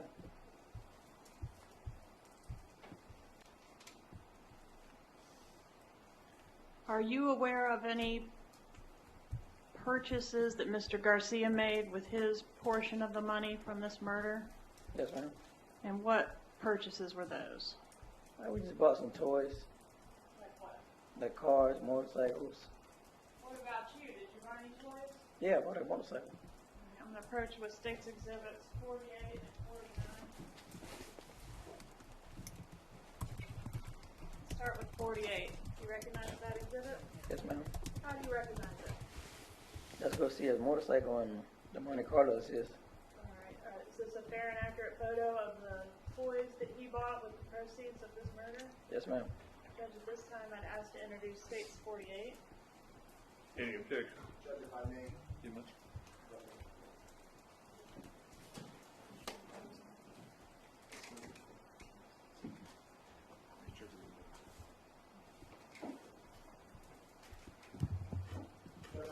I'm going to object as to authentication. Mr. I'll agree with that. Yes.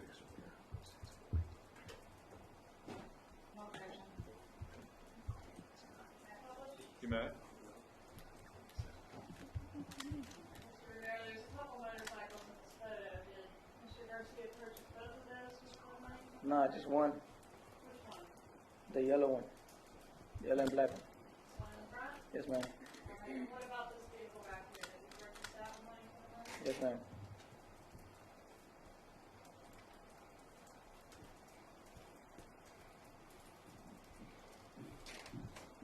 Exhibit 49, do you recognize that? Yes, ma'am. What does that show? You just know that Sigfredo was going to install some hydraulics in that Monte Carlo to make it bounce, right? Sigfredo Garcia has always wanted a bouncing Monte Carlo. Yeah, and the motorcycles. Alright, are those the motorcycles y'all bought with the money from Mr. Markel? Yes, ma'am. So at this time, I'd ask to move into evidence states 49. Any objection? No objection. To be admitted. 49 will be admitted.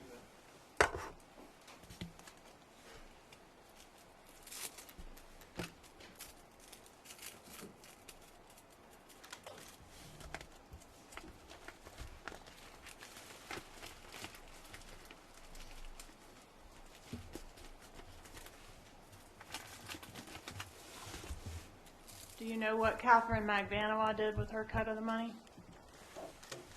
Not really. Did you dump your phone, the phone that you took to Tallahassee? Did you dump that phone after the murder? No, I think I just changed the number. Change the number?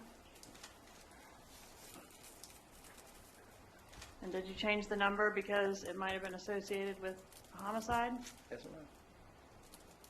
What happened to the Prius? Well, we turned it back.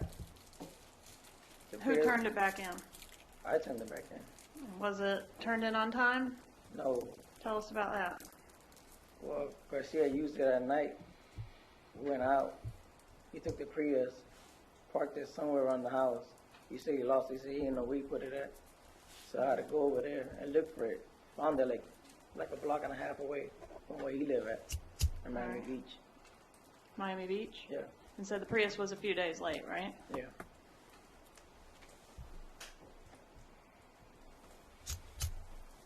Are you familiar with a wire intercept, a T3 wire intercept that was done in reference to this case?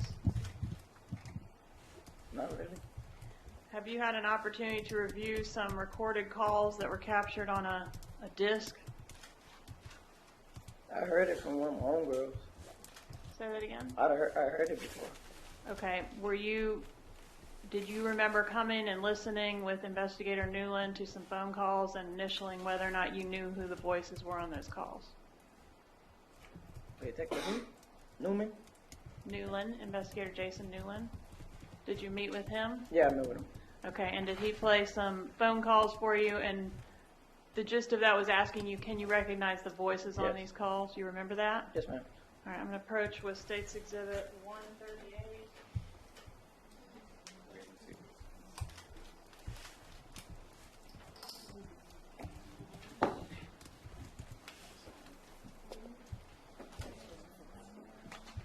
One moment, please.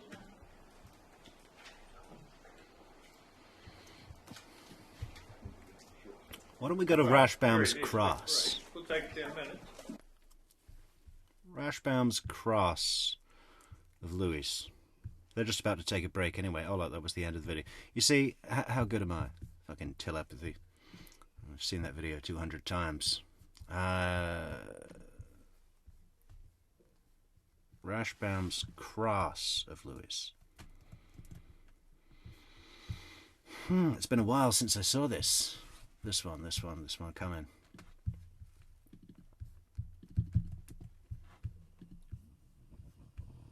Okay. There he is. Are the jurors already going to the restroom? Look at him. Every time I see him, I just smile. He's the most lovable judge in history. Wonderful, wonderful judge.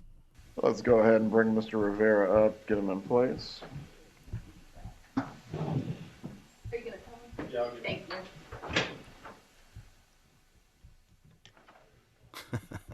Maybe Katie used the money for new DD bras. Yeah, God, you know, that must be a drag when you get a new set of tits and you have to immediately go bra shopping. Not just one or two, a whole set, whole bunch.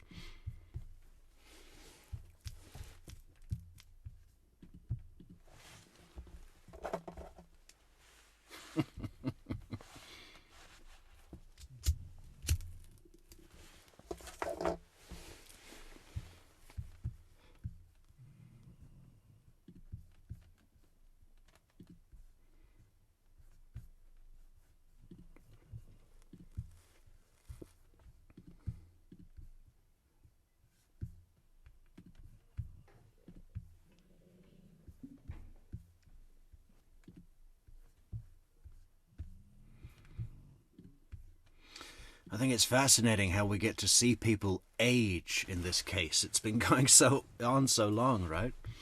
We really get to walk through people's lives.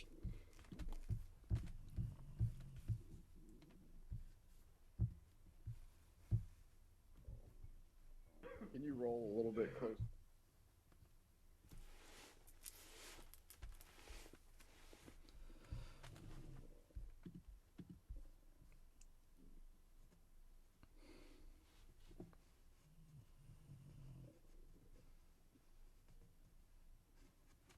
One in the gallery this morning. Jibs and Jab says, one more thing. Jeff said after the Yardbird dinner that they got yogurt and Wendy was acting nervous.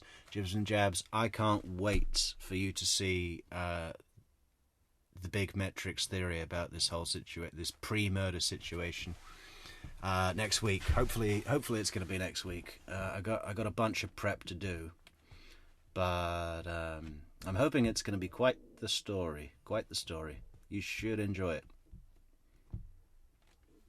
Morning, once the testimony has started, if you step out, you're to remain outside until the witness has finished being examined.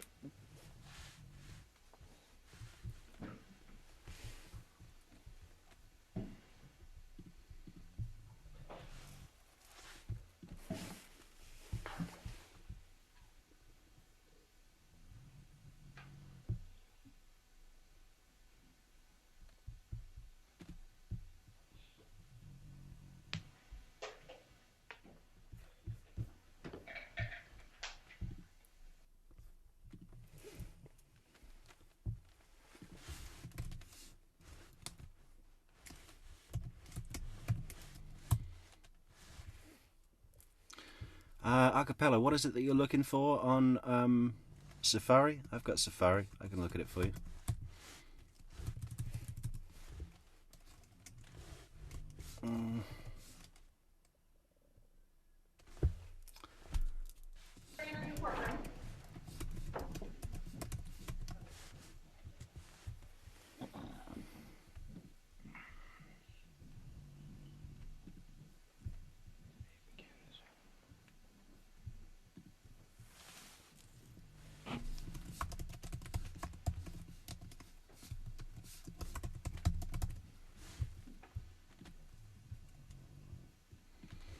Everyone can be seated.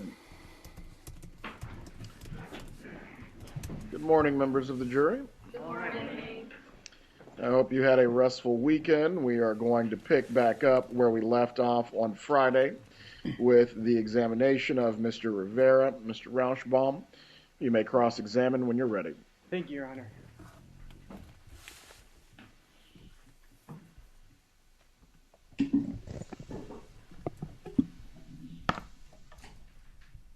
Morning. Good morning. Before we get into your testimony, I want to clarify one thing. You didn't extort Charlie Adelson, right? No. One moment. Veronica, are you having problems still hearing? Veronica? If you can assist him. Mr. Rivera, make sure you speak as loudly as you can, right, sir. Thank you. And the answer to that question was no, right? No. You were paid $37,000 in your role in the murder of Professor Markel, right? Yes. You were supposed to be paid $35,000. Yes. Sigfredo Garcia, the shooter, gave you an extra $2,000, right? Yes. Your understanding was that the total payment was $100,000, correct? Yes. And that it was a one-time payment. Yes, sir. And you were told that you, Sigfredo, and Katie were hired by a lady to do a murder for hire, right? No. If I was told by the lady? No, I'm sorry. Let me slow down. You were told by Sigfredo that all of you were hired by a lady to do the murder, right? Yeah. That you were doing it so that she could get her kids back. Yes, sir. And all of your information came from Sigfredo, Garcia, and Katie, correct? Sigfredo, yes, sir. Okay. And all of Sigfredo's information, to your knowledge, came from Katie, right? Yes, sir. Everything you knew about the murder plot came from Sigfredo. Yes, sir. According to you, Katie was the mastermind. Yes, sir. She was the one, as you've said, running the shots. Yes, sir. Anything that Sigfredo or you did in connection with the murder had to be cleared through Katie, correct? Yes, sir. And Sigfredo and Katie lied to you about a lot of things about this murder, right? Lied about what? Well, let's go. Hey, what did Acapella want in Safari? I just had to sign in. Where's Acapella? Was it Acapella? Right, regular click. Are you trying to become a member or gift memberships? Because that would be appreciated. Or if people want to support the channel, they can go to buymeacoffee.com/truecrime metrics. But what did you want, Acapella? Tell us. Tell us. I'll tell you. All right. Well, whenever you're ready. Go through it. For starters, during the first trip in early June, Sigfredo told you that you were going to do a robbery, right? Yes, sir. Not until on the way up did you find out that you were going to do a murder. Yes, sir. Before the July trip, you didn't want to go, right? Yes, sir. Oh, we're trying to get him gift memberships. You mean... I don't understand what that means. Do you want him to do that thing where he has to go onto his account and click allow my account to accept gift memberships? And to convince you, Sigfredo again told you that you were just going there to scope things out. Yes, sir. During the second trip, the day before the murder, you drove by Professor Markel's house. Do you recall that? Yes, sir. And you testified that at some point after you arrived at Markel's house, after noon on the 17th, you saw a woman and 2 kids walking on Trescott by the house. Yes, right? sir. And the woman looked at you as the Prius passed and immediately got on her phone. Yes, sir. You testified that you asked Sigfredo what was up with the lady. Do you recall that? Yes, sir. And Sigfredo responded that that's her. That's the guy's wife. That's the one that wants the kids back. Yes, sir. You asked Sigfredo what the lady was doing there on Trescott with the kids. Yes, sir. And Sigfredo responded that she came there to make sure that everything was all right. Absolutely. Meaning all right with the plan. Yes, sir. As you sit here now, you're aware that the woman and the kids on the street was not the same lady, right? I don't know if that was her or not, but she looked at my car. It's possible that Sigfredo lied to you, right? Who knows? Another lie that Sigfredo and that was it. Sorry, strike that, Your Honor. Your understanding is that the money for the murder would be paid by the lady, right? Yes, sir. Again, your understanding came from Sigfredo. Yes, sir. You didn't go with Katie to get the money, right? No. So you don't know where she got it from? No. And you don't know what happened when she got it? No. Sigfredo never told you that he and Katie got more than $100,000 the night of the murder, did he? No. That would make sense why you got an extra $2,000, right? Maybe. And Katie never told you that they got more than $100,000 the night of the murder, right? No. Sigfredo never told you that he and Katie were getting paid every month after the murder, right? Never knew nothing about that. You didn't know that they were getting paid $3,000 a month? No. You didn't know that they were getting paid $1,000 in Adelson Institute checks, did you? Nope. But you saw that Sigfredo was spending a lot of money, right? Yes. You saw that Sigfredo even told you that he had paid for Katie's breast augmentation surgery, right? Oh, he bought a really big TV, didn't he, as well? You know, remember from Luis Rivera's Proffer? Oh, every street thug goes straight out. And it's funny, you know, because TVs are such a thing in this case. Sigfredo actually did buy a TV. Her breast surgery? Yeah, I know what you're saying. Have you told me about that? Yeah. Yeah. He told you he paid for it, right? That's what he said. You didn't know that Katie was getting money from Charlie Adelson every month in an extortion plot, did you? No. In May of 2015, you get arrested on a federal RICO case, right? Yes, sir. And you were detained. Yes, sir. And you wanted to get out of prison, right? You wanted to get a bail. Yeah. You started thinking about the fact that Katie and Sigfredo seemed to be spending a lot of money, right? No. Okay.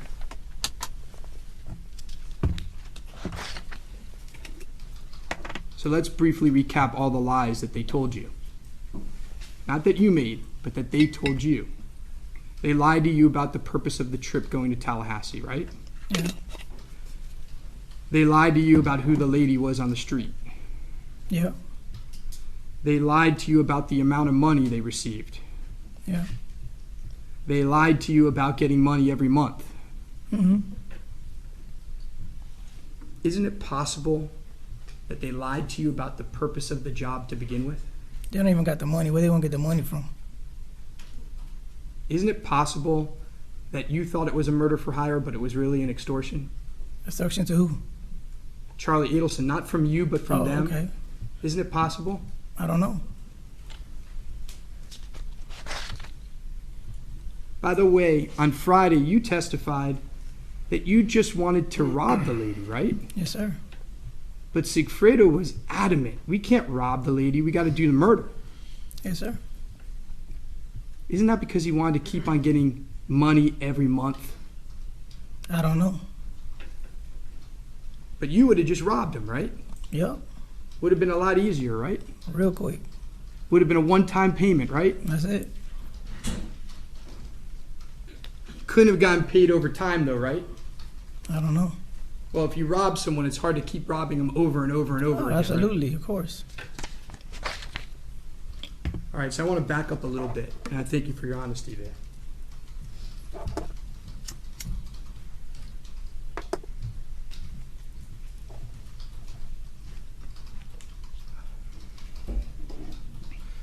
You know, for someone like Jeff, that's had this case hanging over him for 10 long years, he cannot move on the worst relationship of his life. He's, you know, stuck.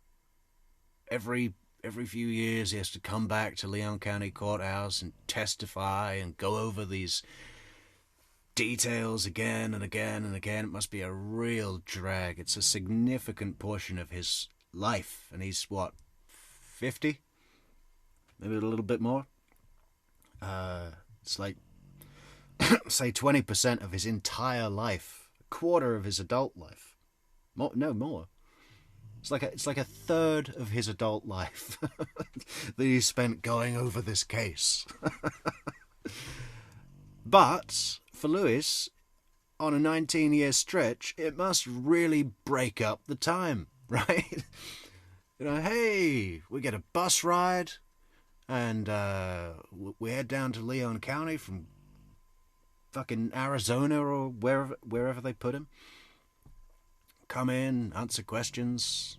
I mean, it's almost, he must feel a little bit of the celebrity that he has. I mean, if you're doing 19 years, I'd jump up and down every time they take me to court, you know.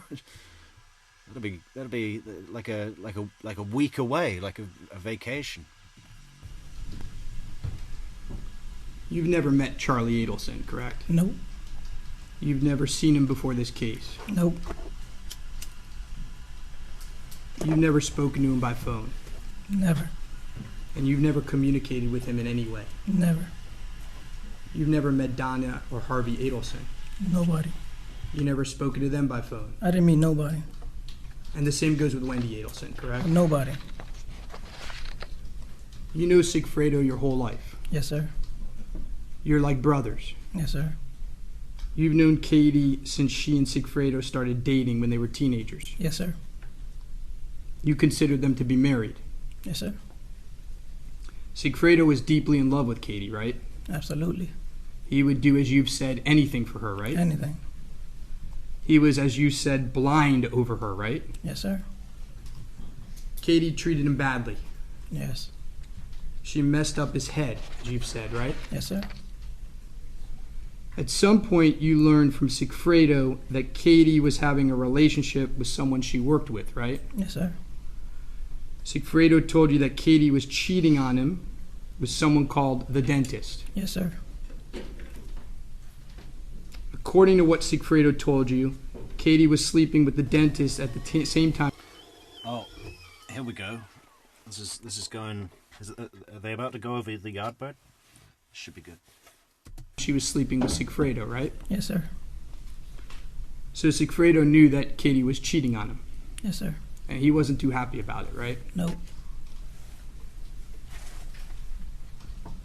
Sigfredo told you that the dentist had money. Let me rephrase.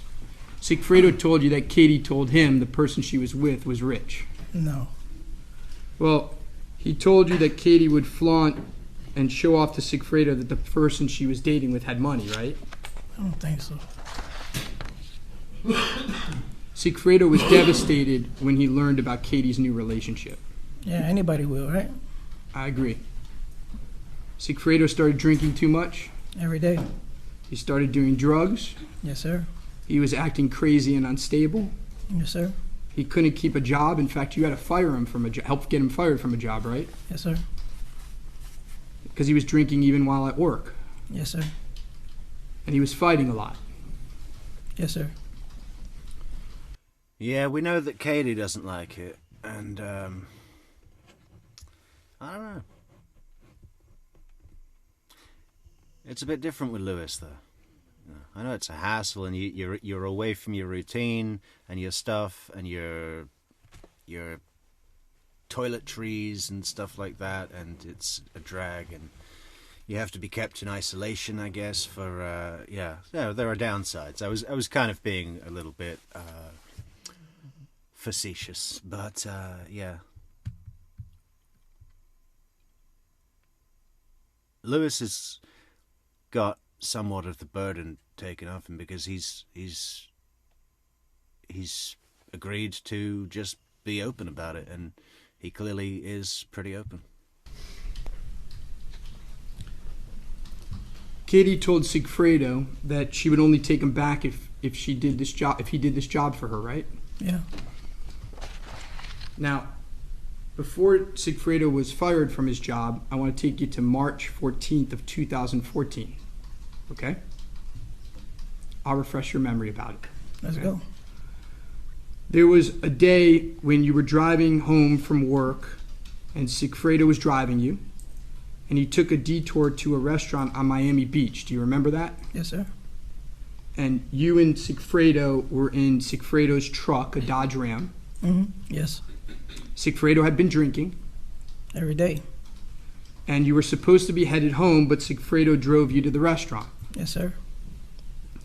You parked near the restaurant and you could see people sitting at tables eating outside. Do you recall that? Yes, sir. And one of those people eating at the restaurant was Katie. Yes, sir. She was with 3 other people.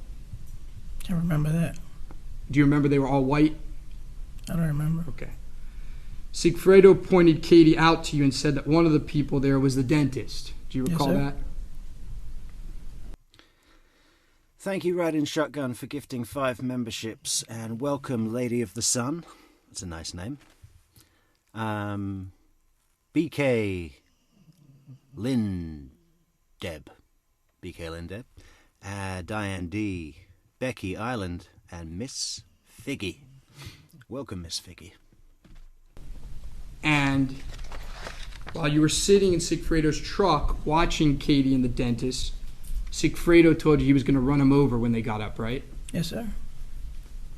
And what did you tell him in response? I ain't going to do it. I'm going to get off the truck. But he was serious. Yes, sir. That's what he was like, right? He was angry. He was a good man. But anybody get angry if your wife is doing it. Okay, so let's take a look at this.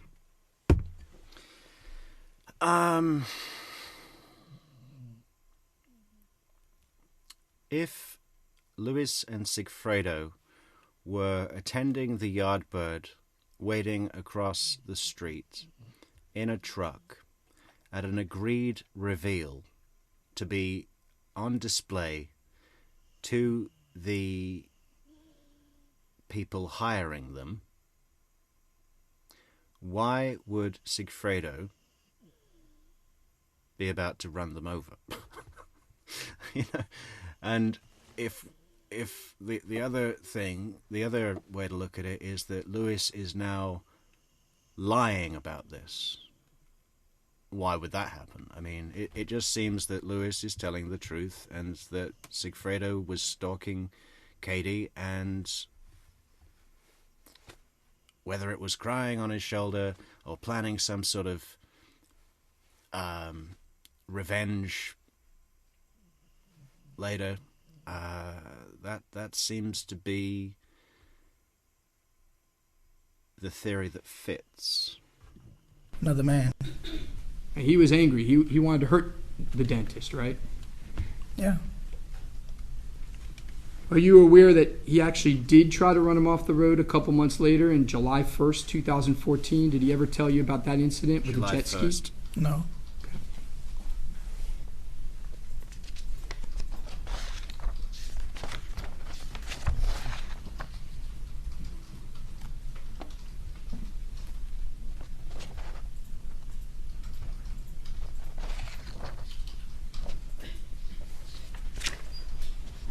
May I have one moment, Your Honor?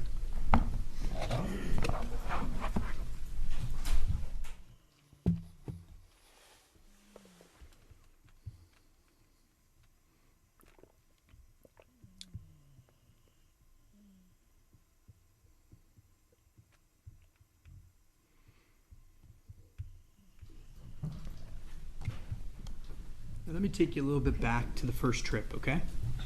First trip to Tallahassee.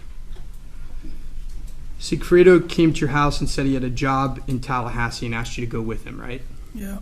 Yes. He told you that if you took a ride with him, that he would give you around $35,000, right? I don't remember. Okay. He didn't initially tell you what the job was, right? Nope. He rented the car and he picked you up, right? Yes, sir. At some point during the trip, he told you that it was not going to be for a robbery, but for a murder, right? Yes, sir.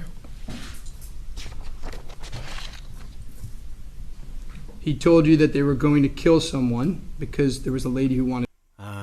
Willie B, hello Willie B, says that for a thug, I find Luis to be a good family man, good provider with the morals to refrain from killing in front of kids. I'm impressed.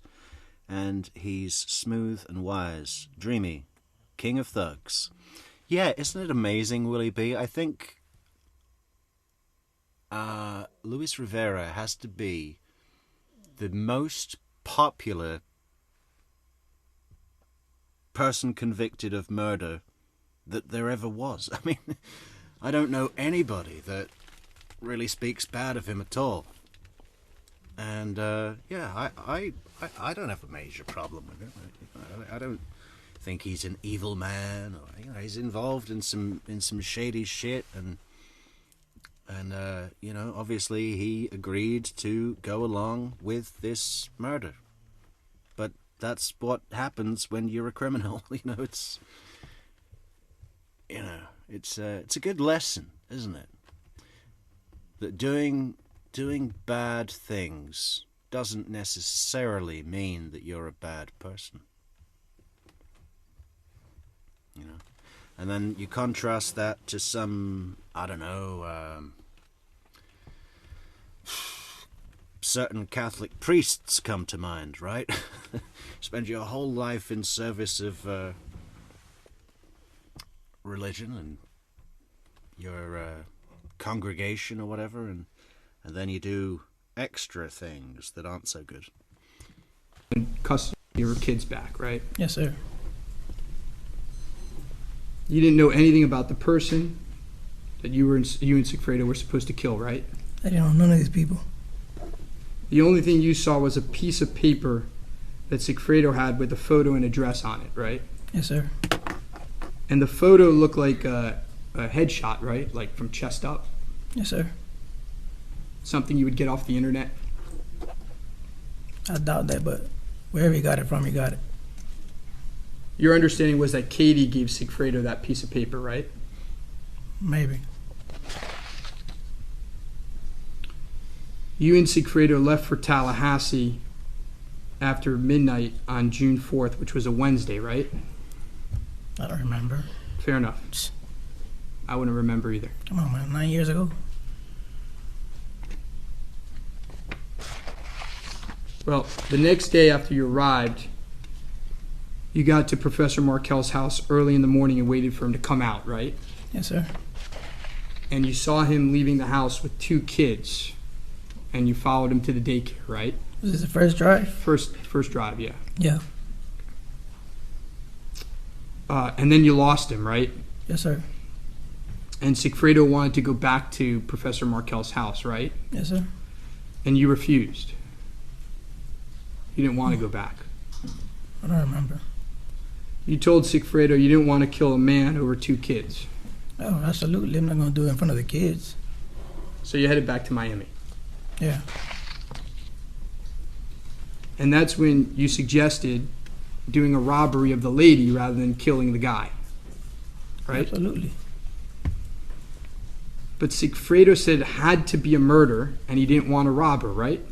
Yeah. And that was odd to you. Yes, sir. As you previously have said, you assumed there was, quote, more to it, but you never asked Sigfredo, right? Never asked him.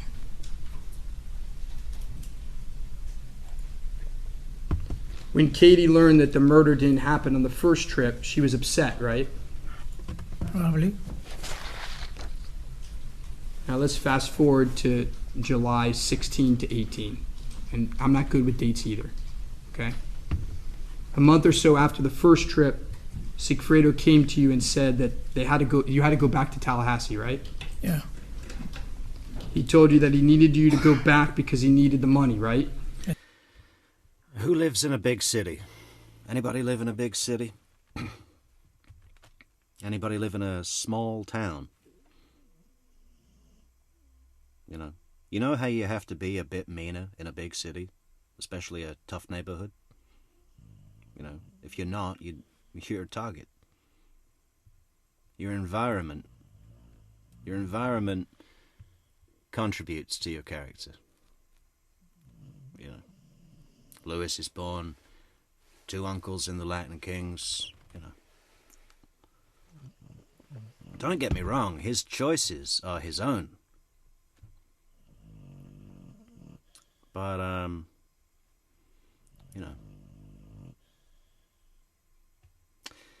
it's interesting. Yes, sir. You told Sigfredo that you didn't want to go. Yes, sir. So he lied to you and told you, we're not going to do a murder, we're just going to do a lookout. We're just going to watch the guy. That's what he told you at first, right? Yeah. The first time you went to Tallahassee, Sigfredo rented the car for you, right? Yes, sir. But the second time, Sigfredo told you that you had to rent the car under your name. Yes, sir. Did Sigfredo tell you why he wanted you to rent the car under your name? Christina, are you on the north side or the south side? I never asked him questions. He actually gave you the cash to rent the car, right? Yep. Did he tell you what color car to rent? No. Did he tell you what type of car to rent? I don't remember. The cash he gave you was in a crumpled bunch, right? Shit, I don't remember though. But let me ask you this way. The cash he gave you to rent the car, it wasn't stapled. Nah, I don't think so. Now, you rent the car and you head up to Tallahassee, right? Yeah. And you arrive at around 1 a.m. on Thursday, July 17th, right? I don't remember the time, but... Early morning. I don't remember. Okay. We got there. Gotcha. You testified earlier that you didn't want to kill Markel during the first trip because he had his kids, right? Yes, sir.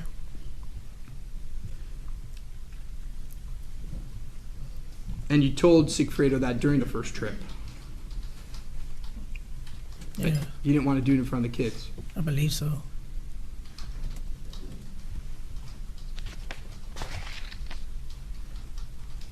And we already talked a couple times about seeing the woman on the street during the second trip, correct? Yes, sir.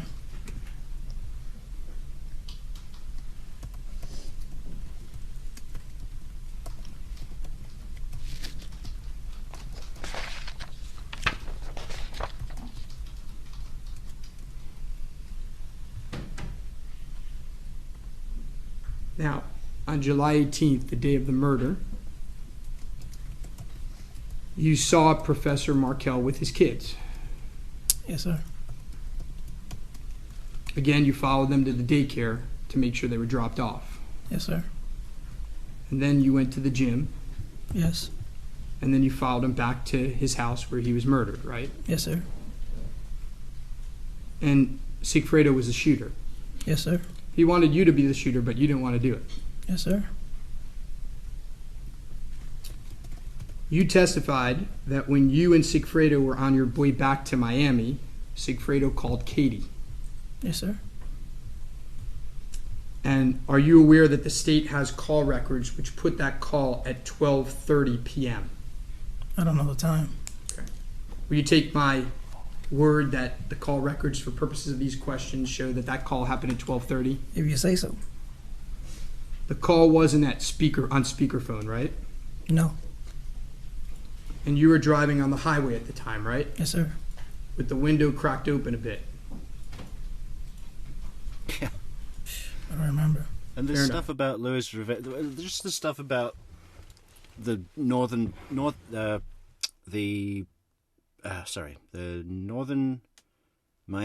Miami faction of the Latin Kings. I've said before, it just sounds like a fucking bunch of kids on BMXs. You know, it's like, are these gangsters or mechanics? I mean, like, I haven't, apart from the robbing the drug dealers thing, you know, but again, that's not really, for me. You can be a gangster and involved in organized crime and still have a moral compass. You know, that's the point. It's families don't get touched, no women, no children. It's just people that are in the game hitting other people in the game. Those are the rules of engagement. Yeah, I'm not saying that they don't perhaps hurt civilians. I mean, they killed Professor Markel, for God's sake.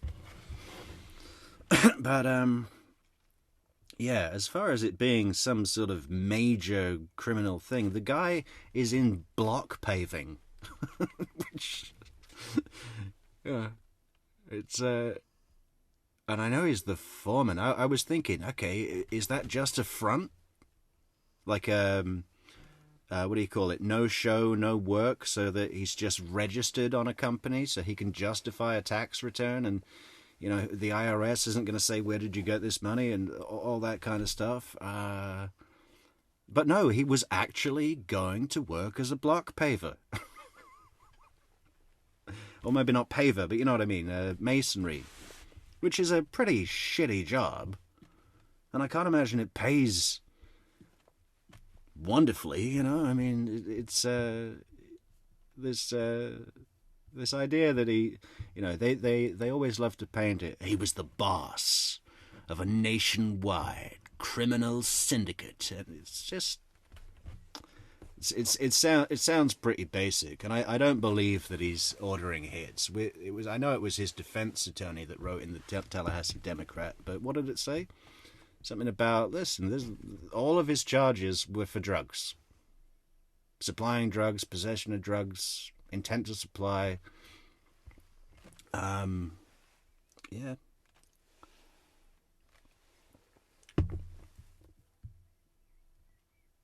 You know, but wave $100,000 in front of his face, and, you know, I guess, I mean, he wanted to back out. who's just locked into this thing with Sigfredo being insistent because Katie told him it needed to be done, and he did anything that Katie. So I mean, look, I'm not here to defend Luis Rivera. He got himself a sweet deal, and if you're putting yourself, if you're in the position where doing 19 years in prison is a really, really good outcome for you, you did something really bad. I'm not here to defend Luis Rivera. I'm just saying that he has humanity. He has more humanity in him than the entire Adelson family put together. That's all I'm saying. But it's your testimony that you were able to hear some of the conversation, correct? Yes, sir. And you think you heard Sigfredo tell Katie, it's done, right? I heard. You heard Sigfredo tell Katie, it's done. Yes. He's sitting next to me. And what's that? He's sitting right next to me. Understand. And you think you heard Katie respond, I know. I think. Masons make excellent money. Well, I don't know if you. A mason to me is someone who carves a statue out of marble. I mean, he wasn't doing that. He's just carrying fucking bags of cement. And okay, he's the foreman, but I don't think his business was, bricklaying, essentially. And it's not the worst paid job in the world, but it's hard graft, and it's basic. I don't think it's excellent money, Christina. I mean, it's above average. It's a skilled job. Okay, you gotta put the bricks correctly, and it's you're playing with an investment of materials, and that's got to be done right. It's a skilled job, but I don't know if I'd go so far as to call it excellent money. He's not making what a doctor would make, or a lawyer, or a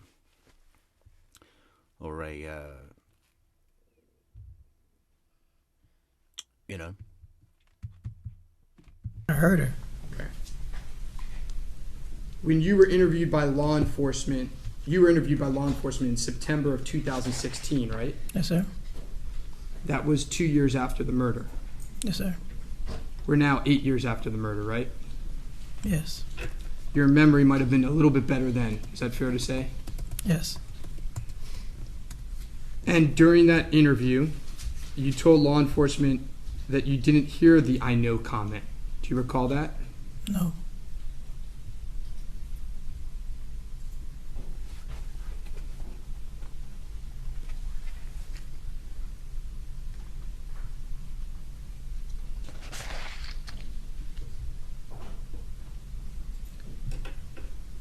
Nonetheless, in order for Katie to know, she would have had to be told by someone before 12:30 p.m., correct? Yeah.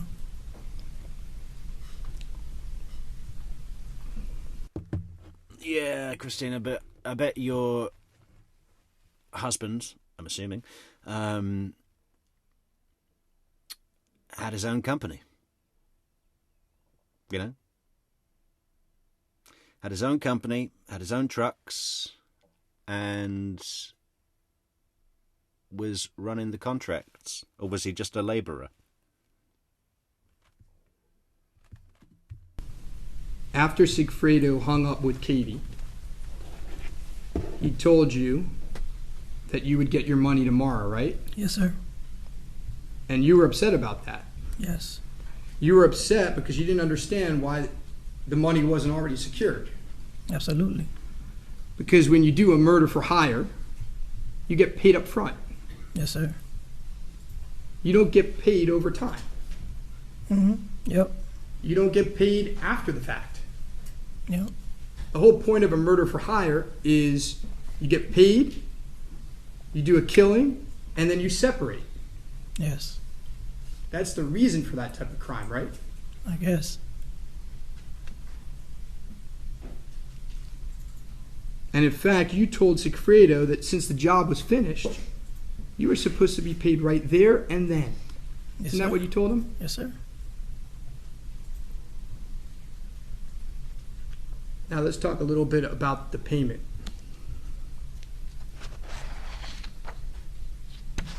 You got paid the next day, right? Yep. And Katie dropped off the money, right? Yes, sir. And it was stapled. Yes, sir. And that's the first time you had ever seen stapled money, right? Yes.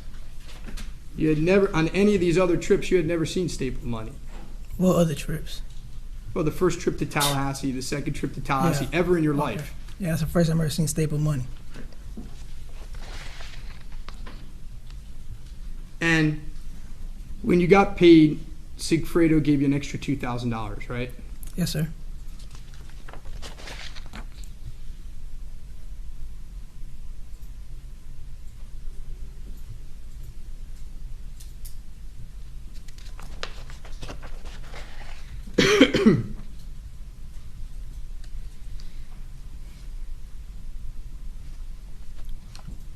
Throughout the years after, Katie and Sigfredo got back together, right?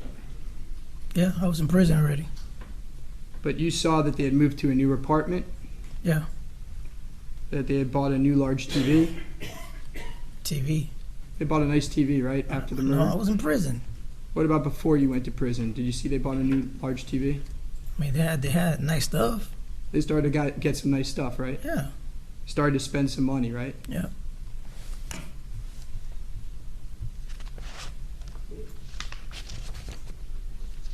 One last area of questions, I believe, and it'll be quick. In 2014 and 2015, during the time of these events, you were a member of the Latin Kings, right? Yeah. And that's a crime family, right? It's a family, yeah. Commits crimes, right? I mean, every gang does. It's a gang. I guess that's what you want to call it. I call it a family. In fact, you were the head of the North Miami branch of the Latin Kings. Crime family. Right? Yeah. May I have one moment, Your Honor?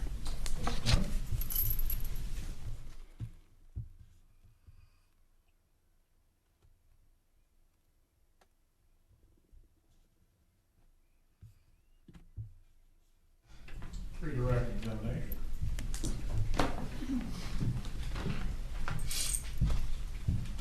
Mr. Rivera, the defense characterized a lot of things that Garcia told you as lies. Do you know that those things were lies? No. So when he said, "Oh, that's the lady, she's looking at us," do you know if he really thought it was the lady or not? No, it was the lady. He thought it was the lady, right? It was the lady. Okay. It was her.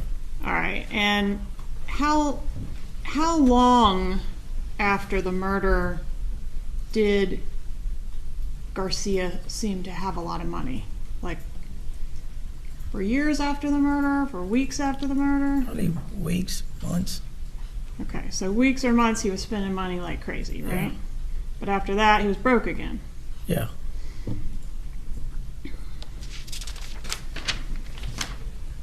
When you were in the car with Garcia at the restaurant where he was talking about running the dentist over, Yes, ma'am. what was he acting like? I mean, he's himself. You can never tell. But he drinks a lot. He does a lot of coke. But he was frustrated. Okay, so he was jealous, Absolutely. angry, Yeah. pissed off, Mm-hmm. drunk, Every day. okay, and heartbroken, right? Yes. All right. What about on the trips to Tallahassee? Was he like that on those trips? Yes, ma'am. Okay. So during the trips to Tallahassee, was he talking about the dentist? No, we barely spoke. All right. So when y'all were sitting out in front of the restaurant, he was talking about the dentist, right? At that time. Yeah. and specifically mentioning how Katie was dating the dentist and that was upsetting him. That's all he said. He didn't mention him too much. He's like, that's the dude she's cheating on me with. Right. And what about on the trips to Tallahassee? Was he going on about that on the trips to Tallahassee? No. Did he mention on the trips to Tallahassee, like, this has something to do with the dentist, or we got to kill this guy because I'm trying to harm the dentist? No. To harm him, he never said nothing about him. Right. One moment, please, Your Honor.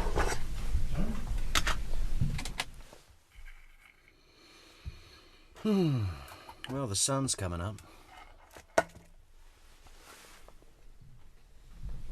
Did this murder have anything to do with the Latin Kings? No, absolutely not. Were you asked to threaten anybody related to this murder? I mean, were you ever asked to threaten the dentist because you're a Latin King and he might be afraid of you?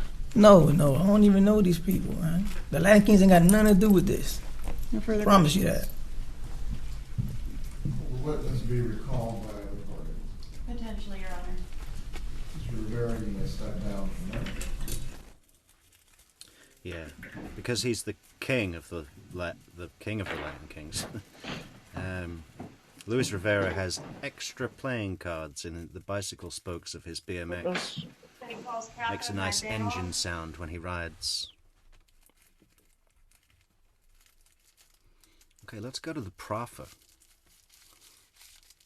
How much are we going to play of the proffer? Yeah, we kind of lost our concept along the way, didn't we? I mean, what was the concept? Would, absent Luis Rivera and everything that came subsequently, including the bump, including the incriminating wiretaps, including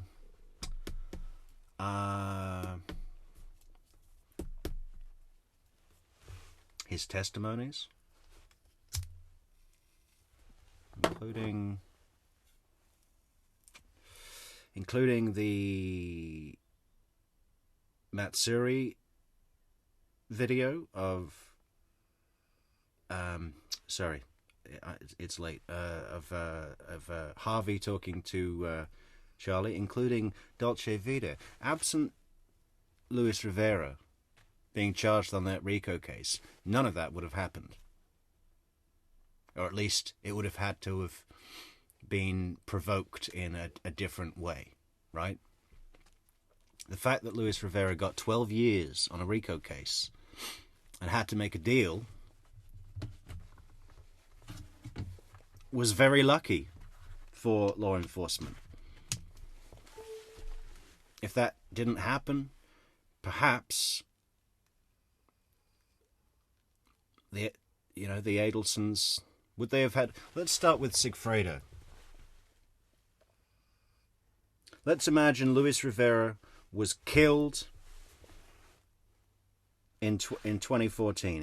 He's out of the picture. We're never going to hear him testify. We're never going to be able to do a deal.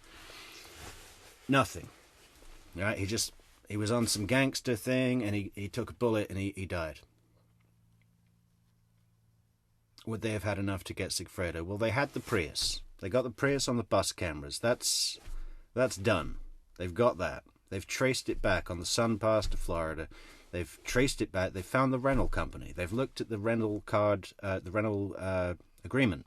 They've got the phone numbers of Sigfredo, Luis. They've got the cell phone tower from the Premier Gym. Right? They saw Sigfredo using his phone. They looked at all the numbers that cell phone tower that covers that gym. They looked at all the numbers that were using that cell phone tower to connect their cell phones at the time, the hour or so that Luis and Sigfredo were parked at Premier. Right? And then they went through all the numbers and they said, hey, look, there's a Miami number. That looks out of place. Let's look into it. Because that was compared with the Prius having a Sun Pass, which is not a Tallahassee thing. It's a South Florida thing, right? So the fact that there's a Miami number in this Tallahassee gym, there probably weren't many, right? Maybe there were a few more, but it would have stuck out. Then they looked at that number, and they saw that that number was used to communicate with Katie's number. Now, the other team of detectives, you got two teams of detectives, you know, in basic terms. One following the Prius, one looking into the bad blood family stuff. So the guys that are looking at the cell phone tower, there's a Miami number. The car's from South Florida. That's connected. Let's look at all the numbers that number that we got from Premier called. Oh, there's Katie's number. Now, the other team of detectives are looking into the bad blood. They're looking into Charlie Adelson's phone. They're saying, hey, look, there's the same number that he's calling a lot. So they're connected, right?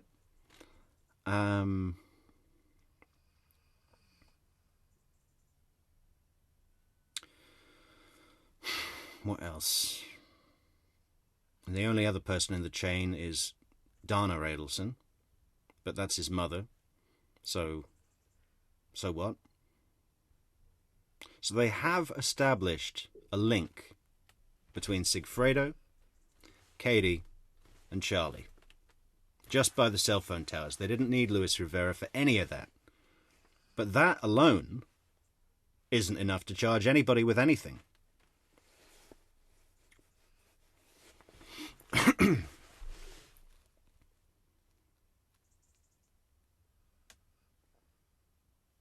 They'd have probably had enough to charge Sigfredo just with the Tallahassee bus cameras, just with the testimony of Jim Geiger.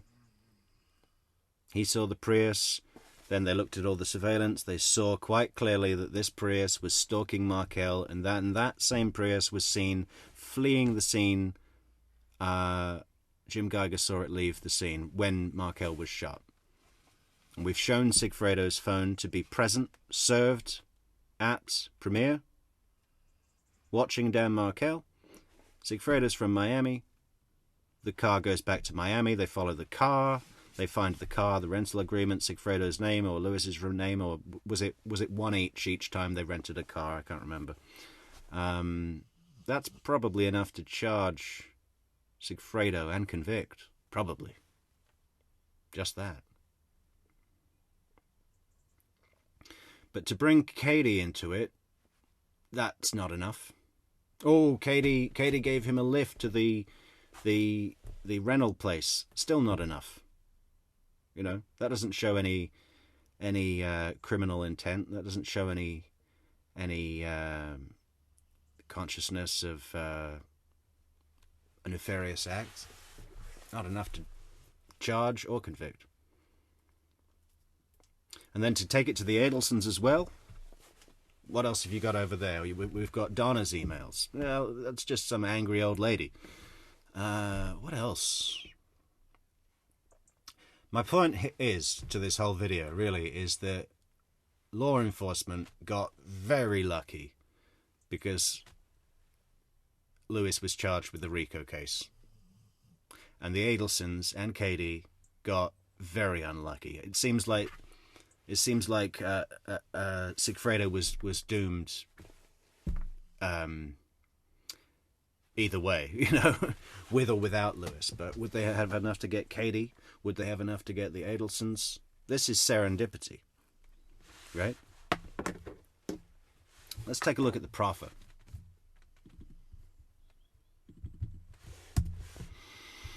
How do you know what kind of car he's driving? Because Sigfredo told me the car. Sigfredo told you the car? He said he got a black Nissan. Okay. No tints. You will see him. Because he already showed me the picture. So Sigfredo supplied you a picture of Markel, which is the target, Yes, sir.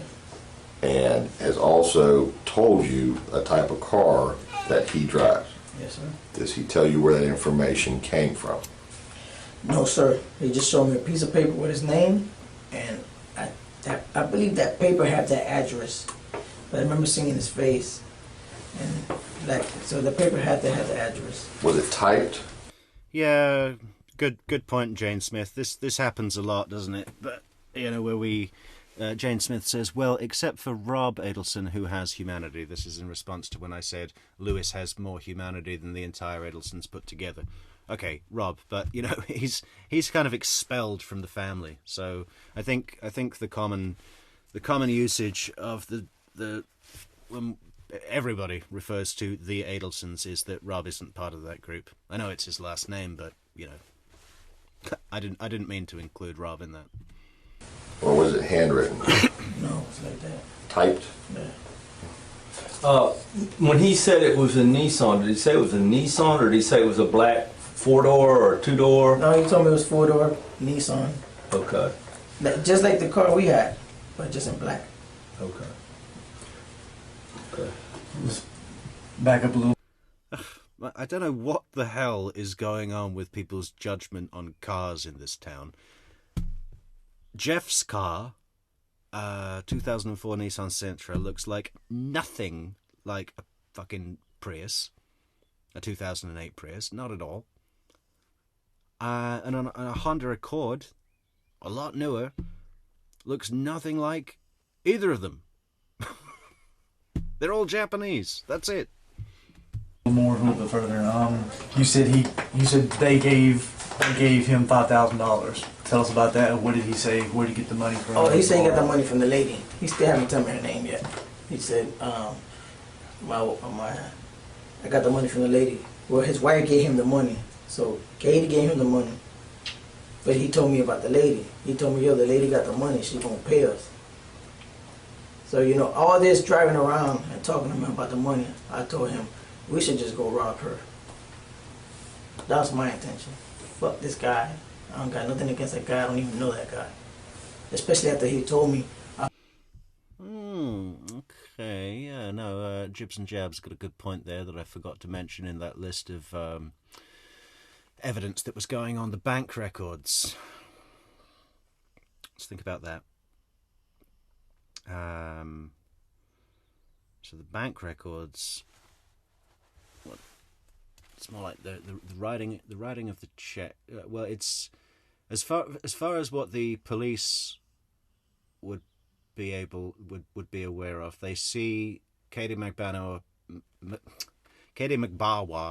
putting spurious amounts of spurious? No. Sorry. What is the word? Like little bits of money here, multiple banks a day. That sort of strange activity.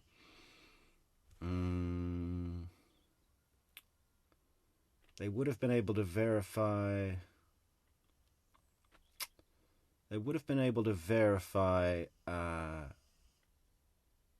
That she was not working for the Adelsons. That could have been achieved. But as far as Katherine Magbanua receiving checks for no reason from the Adelsons, I don't think that would be enough to charge her with murder. Her original excuse of, I asked him to put me on the bankroll so that I could get insurance for my son, without all the other evidence against her, the bank evidence really supported other, more damning evidence. Isolated by itself, her original excuse might have had more of a shot of being convincing to a jury. I don't know if the bank records would have gotten over a reasonable doubt. Might have got her arrested. Good point, Jibs and Jabs. About what was it for the two kids? Told me because I asked him, why are you going to kill this guy? Because the lady wants her 2 kids back. She want full custody of them kids because he had all the custody. That was the plan. That was the deal. That's what I went to go kill that man for. And how did Tuda know all this? Katie, I guess Katie told him everything. Neverly Darlin says, I want to know if Sigfredo called Harvey on purpose or if he really made a mistake and was calling Charlie. I think absolutely he made a mistake. He just looked up Dr. Adelson. Why would he want to call Harvey? I can't think of a reason. Are you on to something, Neverly darling? If you are, please share. Please share. Oh, thanks so much, Kazati, for the super chat. Thanks for everything. You're welcome, Kazati. American then that. But you're just guessing that. You don't know that for sure. Do you? No, that's for sure. For sure, Katie told him everything. Right. How do you know that? How do you know Katie? Because he stayed talking to Katie on the phone. Hey, babe, what's going on? Hey, the lady's gonna have. You sure she's gonna have the money on time? Tell her don't play with it, cause we'll go show up in her house. Tell her she better have that fucking money. And he always kept telling her that. Because when you went on this trip, were you with Tudor the whole time? Did y'all separate? Y'all were in the same car? Y'all stay in the same hotel room? Never separated. Stay in the same hotel, different beds. You were always with him? Yeah. So when he talked to Katie, you could hear him talking to Katie? Of course. And you knew it was Katie? Right there, right? Did you know it was? Did you know it was Katie because of what he was saying, or could you actually hear her voice? It's Katie. I can hear her voice. And you had heard it before? Yeah, I can hear Katie's voice. That's Katie. How many years have you known Katie? I know Tudor my whole life. Katie, I probably like 5, 6 years, 7 years around there. I don't know. Katie, I just met her because of Sigfredo. But I know Katie maybe like, well, they've been together for 10 years? About that same time. If they've been together, however long they've been together, I think it's 10 years. That's how long I know her. That's how long I know her. Lewis, was there any coke usage in the hotel that night? Yeah, every day it was cool. But I'm talking about that night when you said some crackhead signed for the room. Mm-hmm. Was that guy also bringing drugs to you all, or just a crackhead? Not him. He just went to the hotel. Okay. Was there any other people? Was there any other people you met that night? That night, it was the next night. The next night. Okay. I stayed there for 3 days. Okay, I'm sorry, Jim. I just wanted to. I stayed there for 3 days. You're catching up. Yeah. Yeah. It was the next day. We met a guy in, I think it was Gray. Isom's so personable, isn't he? He's just like someone's friendly uncle. He's a really friendly guy. I like him. Just wanted to. I stayed there for 3 days. You're catching up. Yeah. Yeah. It was the next day. We met a guy in, I think it was a gray blue Chevy photo. He was in the back trying to serve some people up. So we spotted him. I said, man, go ask that guy whether he got to go. So I said, I asked him, man, what's up? You can give me See you later, coke. Willie B. Yeah. Man, we need a 40 when we got it. We kept buying for him. That same night, we were just hanging out. We were just doing coke, hanging out. When I came back, every time I came back, we meet up with this guy. Every time you came back? Every time. How'd you meet up with him? Sigfredo had his number. We found him one time driving when we came up here on the Prius. That day that he shot the fucking Prius, we seen him that same day, maybe half an hour before that happened. Well, that's where we bumped into him. And we asked him, hey, what's up, man? We need some powder. Hey, so this poll, guys, let's release the results of this poll. This is interesting, actually. The question was, what is more stupid? Where's it gone? Shit. I was thinking it was 19%. Where is it? Yeah, I think it was 19% was taking the picture of the owl, and 79%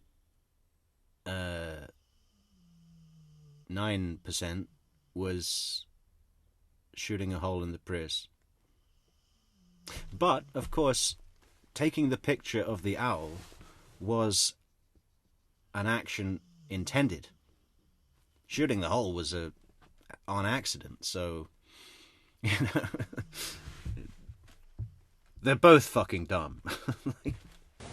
They we'll follow him somewhere to go get some coke. He was with a group of people. He said, all right, let me go drop these people off and then we'll go over there. After we followed him, that's when he shot the car and we had that mechanical problem in the car. Who shot the car? Garcia. We'll have to get to that. That's not the same day that you first got there, right? No. Let's try to. I know it's a lot of information. That same night I was just up here scoping him out.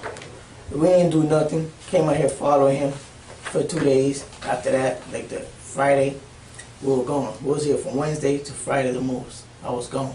That's it. I just came out here, scoped him out. We see what he was about, where he go, what his routes.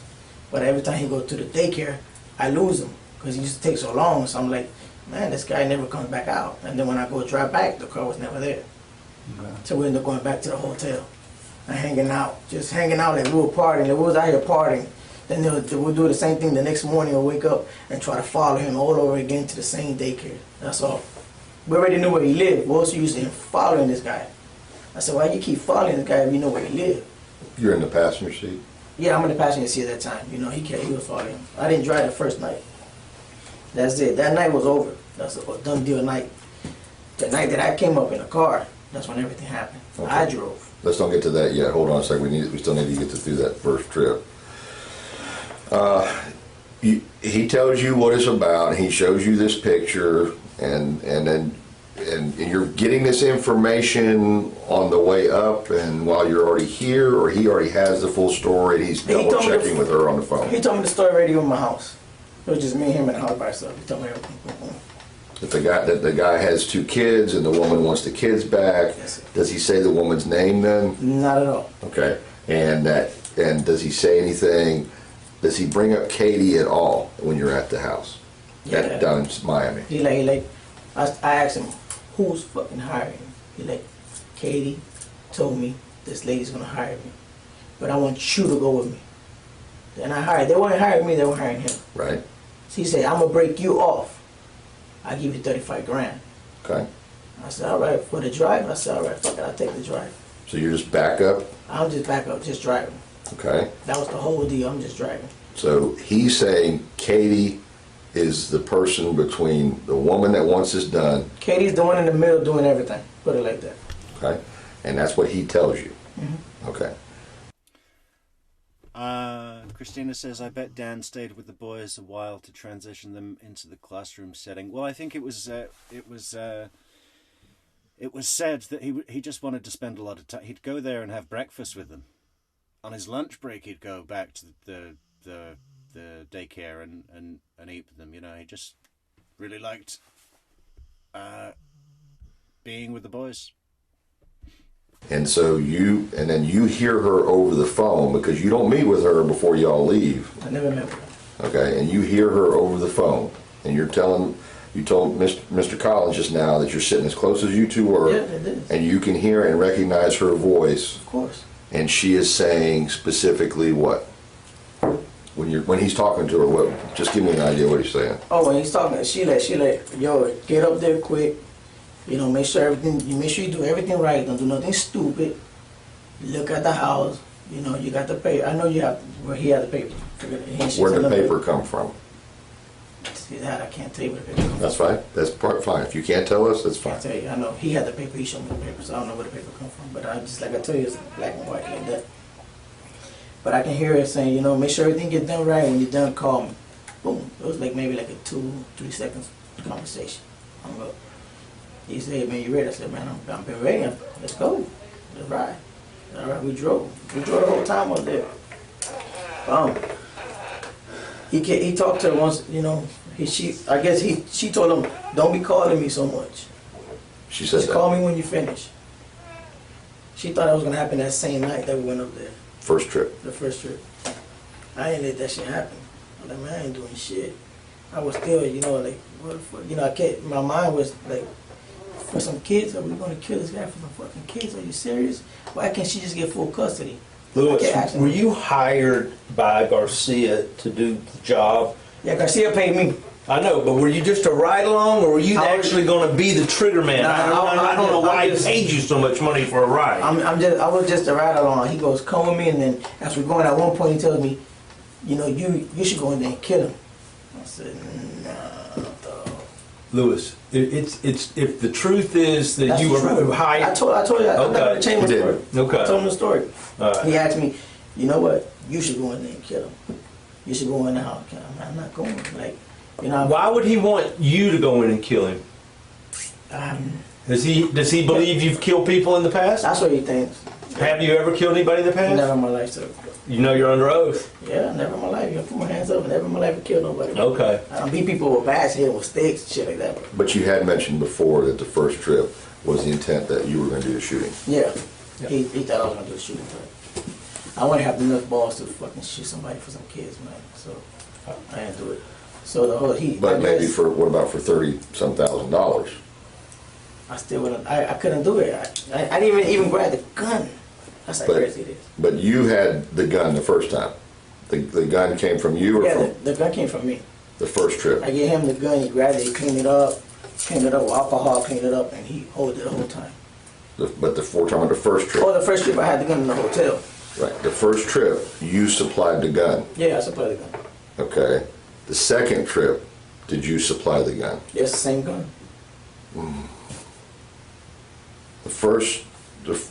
Describe the gun the first trip. I'm not trying to confuse you. I'm confused. Yeah, and it happened. Okay. It's a 38 Smith & Wesson short nose. The same gun we came up with.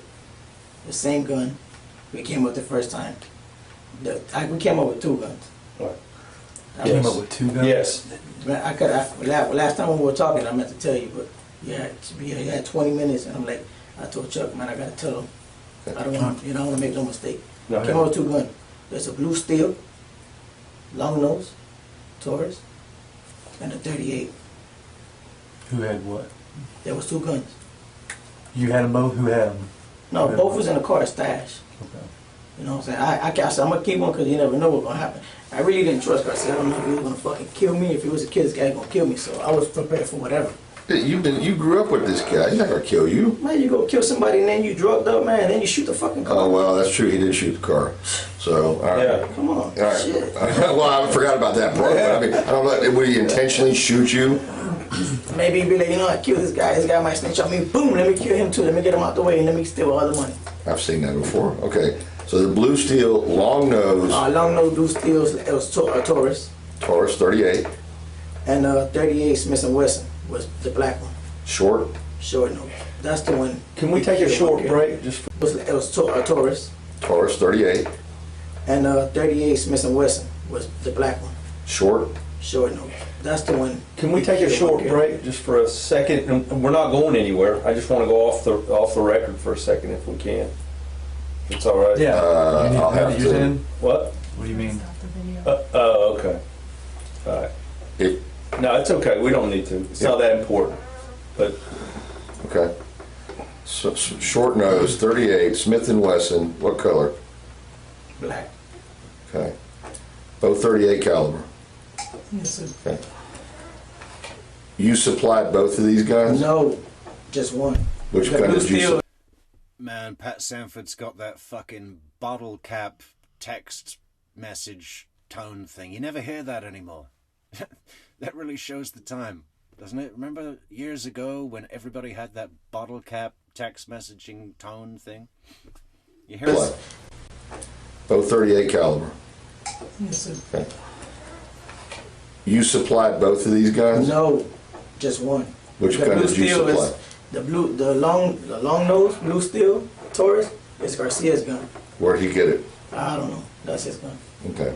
So that's his gun. That was his the gun. blue steel, long nose, Yes, he sir. brought. I support the short nose, black 38. But the blue steel, long nose, longer barrel, He brought. Taurus, Garcia brought, and you don't know where he got it from.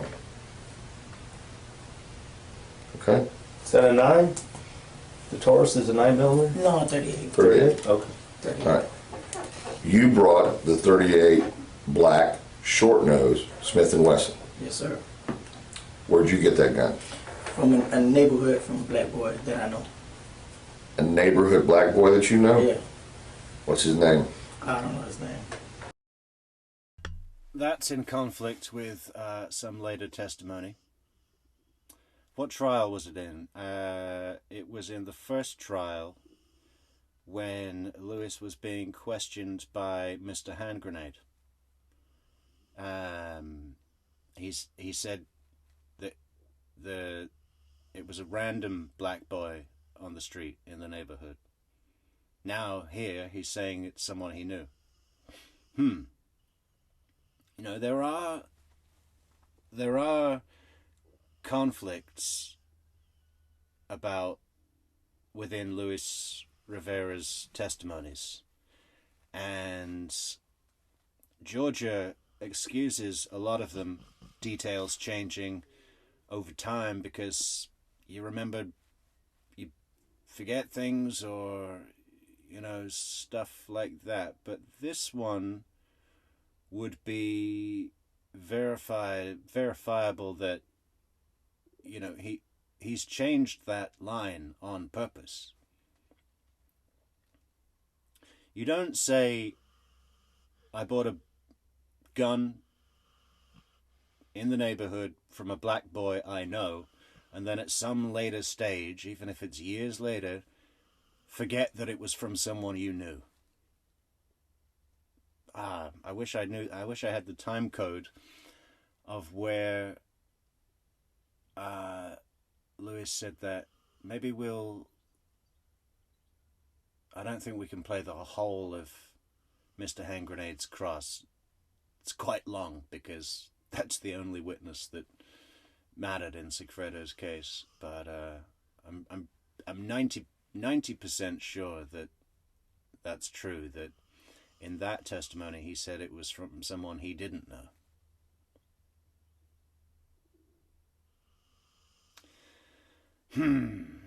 I don't know. I don't have the time code. How long before did you? How long did you get it before? When did you get it? In a week before, the day before, the day of that you took the trip? When he told me, he said he needed. When he told me, he said I needed. And it doesn't seem like a detail that would really need changing. You know, I mean, whether he knew him or not. I mean, strange. Alternate, you know, strange change of the story. I wonder why that is.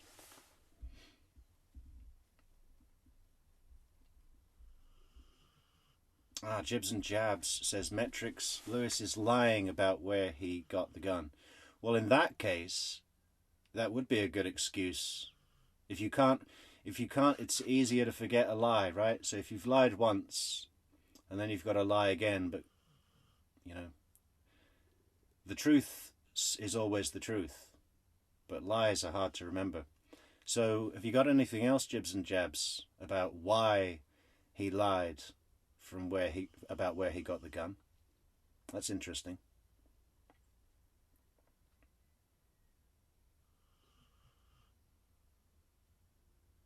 Maybe, you know, I've heard it pushed by Mr. Hand Grenade again that he went up to Tallahassee without a gun, called one of his Latin King brothers that operate in Tallahassee and said, look, I'm coming up, I need a gun, get me a piece.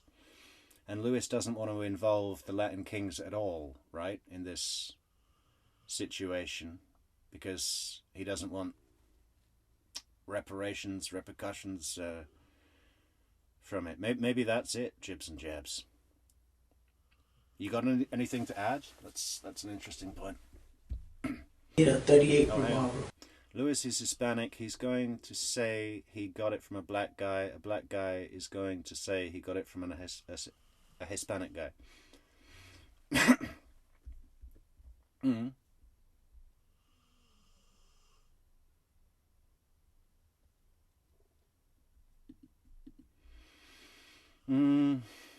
mean, does it matter? Could be a Chinese guy. I mean, they're not going to go and track him down. The triads. Where are the triads in all this? They should have hired the triads, or the yakuza. Cause he showed me the blue stem, and that's a big gun. What the hell? Shit, you trying to blow somebody's brain? Are you crazy? He like, yeah. So yeah, that's basically what I just said. Jibs and Jabs says he is not going to get the Latin Kings involved. So Jibs and Jabs, are you saying that you believe that the Latin Kings were involved, at least to supply the weapon in Tallahassee?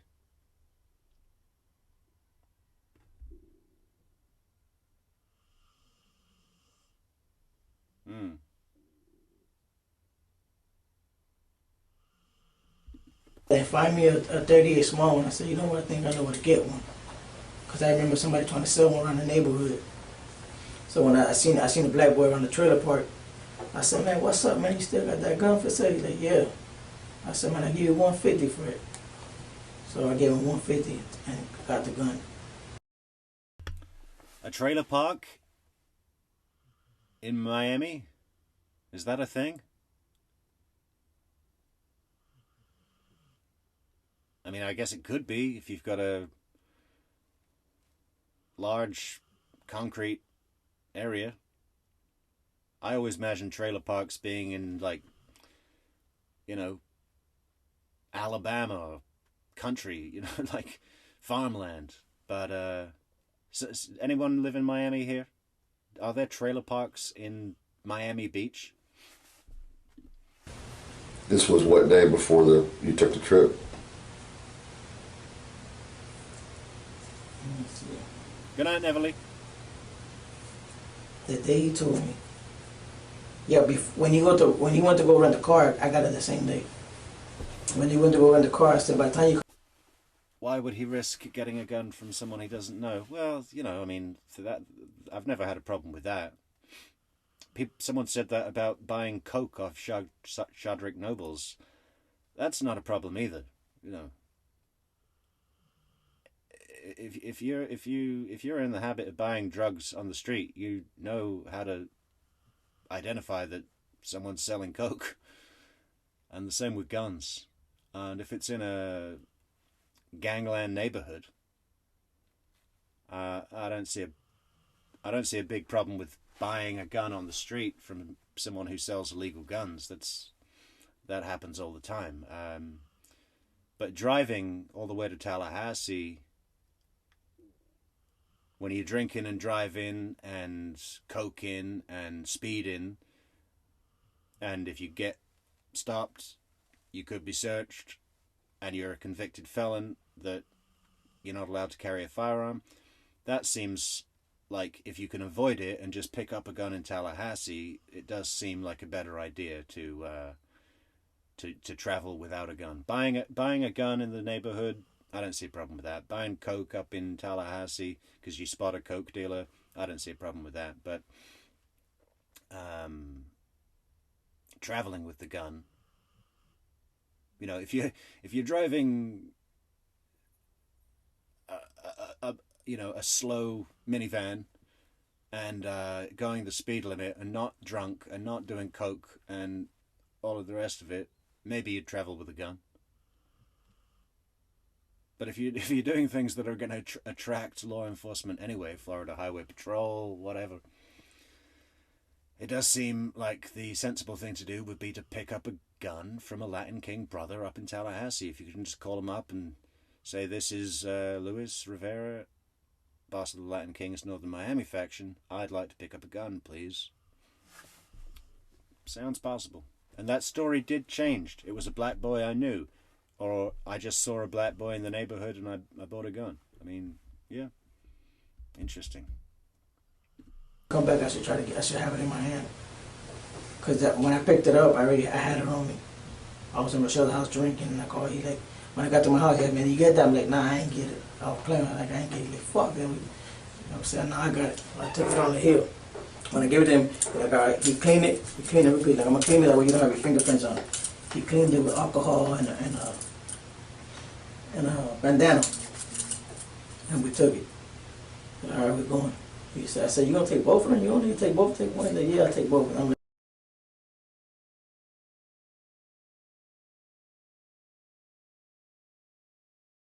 yeah, Riding Shotgun, we're going to wrap it up soon. If anyone wants to support the channel, you can go to buymeacoffee.com/True Crime Metrics.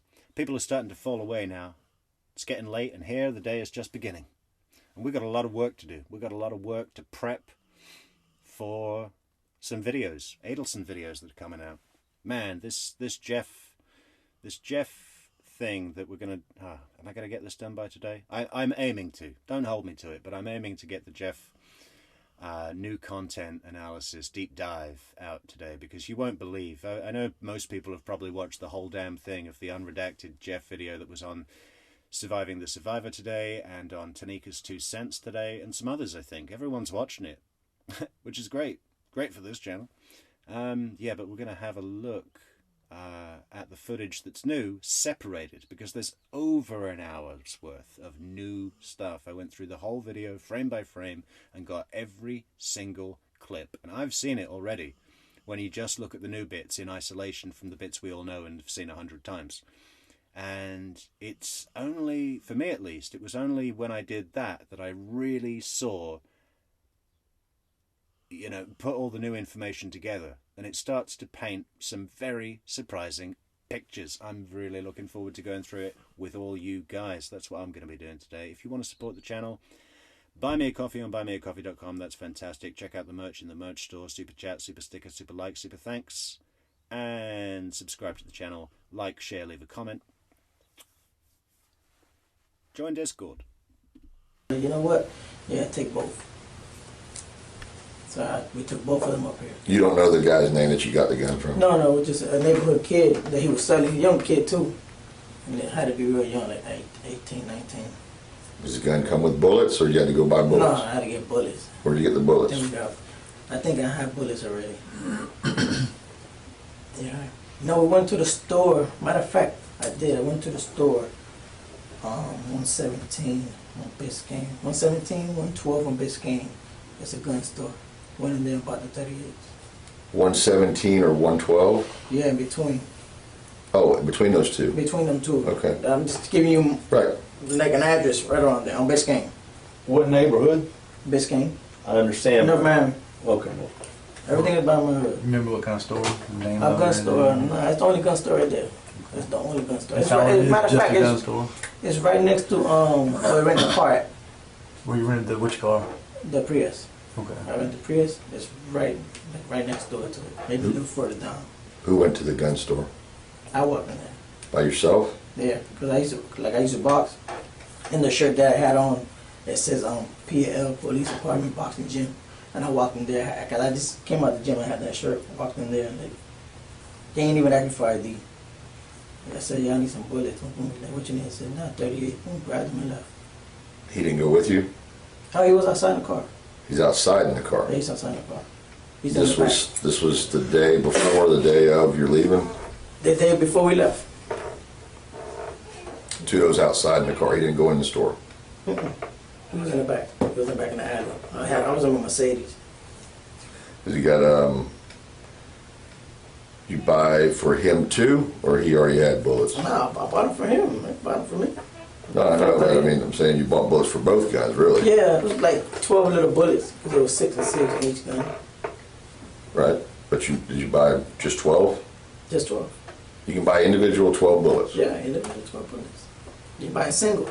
Okay, like cigarettes. Okay. You can go in there and buy them single because they say your type of single, whatever you need. They're 15 for $20. You know, shit like that.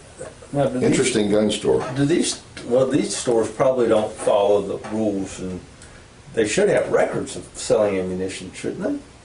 Maybe not. They sell it to everybody, man. I don't give a fuck who you are. This Tudo's. I mean, this is Lewis's neighborhood. He knows. Anybody can walk in there and get it, man. They ain't gonna ask for no ID. I'm trying to ask for ID if you're trying to buy a gun. That's it. Okay. So now the only thing that I feel like is lacking is the $5,000 that you brought up. That they gave him? That's what you're talking about?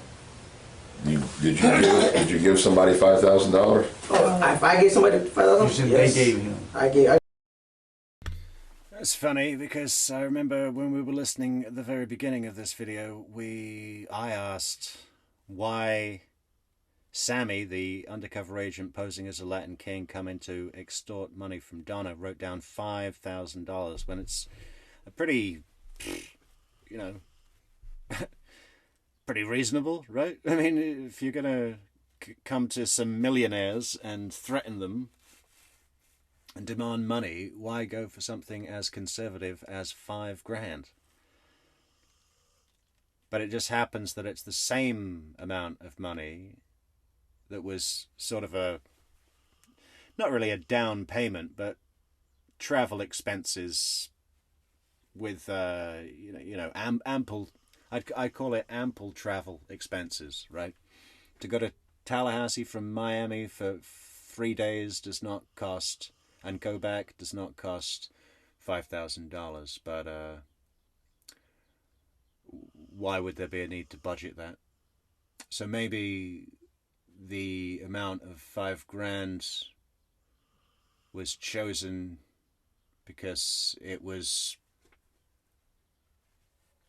known to be an amount of cash that they could put out quickly. Petty cash, maybe they just have that as petty cash. I mean, Jeff assumes that they have $15,000 in petty cash in the dental what do you call it? Surgery? Office? Studio? Whatever, the dental building. When I got paid. Okay, okay, all right. You said 5,000 just a minute ago from Katie. Coming up. Oh no, when we're coming up this way, he had money. I said, yo, how much money you got? I think he's like $5,000. Like, Dan, I give you that much money to take a ride? Yeah, let's go. And then he gave me 500. He's like, hold this, just in case I run out. I know he's gonna run out because he's gonna buy everything in cold. So I said, yeah, let me hold the money. Boom. We went up here. I'm telling you, riding this way, we stopped in a couple of stores. We put gas. I think $30 in gas, and then $30. Came up here, we put more gas. Bought some drugs. We bought a bunch of little bottles. Hey, Tiffany Nickel, what is an FFL? Excuse my ignorance. No, we're just hanging out. I don't know anything about that. I have an FFL. We don't track ammunition sales, only guns. You just have to be old enough to purchase them. FFL, I want to guess what this is.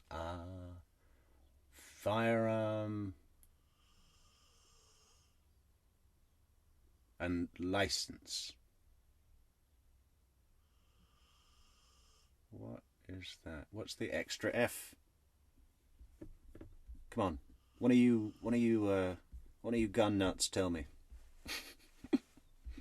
We're like partying the whole night, rent the hotel, get a guy. Federal. Okay, thank you, Tiffany. And what does that mean? What is the distinction between a federal firearms license and a? Is that to sell guns? I was going to ask what's the difference between that and a CWP.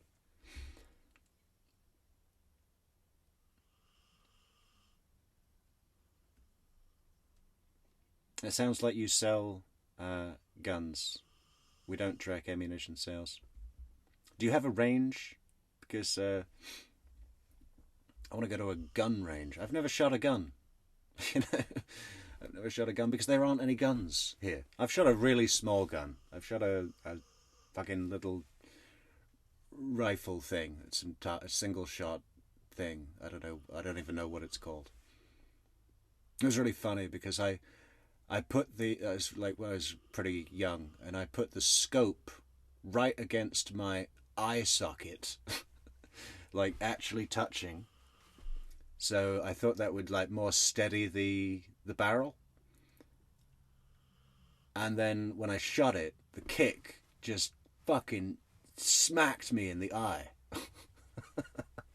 You see, that's how amateur I am with a gun. I think I must have been about maybe 12.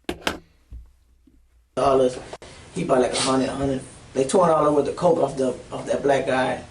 Just buying shit all day. I knew he would run out. The only thing I remember him having maybe $600 left in his pocket, all that money. Like, you have that much money left? Like, come on, man. So this first trip, do you know where the $5,000 came from? Katie gave it him. He said that? Yeah, I'm like, who gave you the money? Like, my wife gave you the money. Oh wow, you've got 46 acres. Well, that's enough room. Is that in Florida, Tiffany? Where are you? Money, cause the other lady gave her the money to give to him. Like, look, this is just to let you know that I'm real. Like I'm honest about what I'm gonna give you. Like saying, You wrote out. Then the next trip is when he had like $2,000, and he gave me $200 out of that shit. Kept it in my pocket. He ran out and had to use my $200. Good, I think you had something. Are you done with that? Okay. So when y'all are coming up on that first trip, I know it might be hard to think back, but how many cell phones did y'all have? I always kept my two. I remember I have two phones. You had two phones that first trip you came up? Yeah, always. First trip, second trip, my whole fucking life. Okay. Do you remember what the numbers were on the first two phones? On my phones? Nah, Jessica don't know. She gotta have it.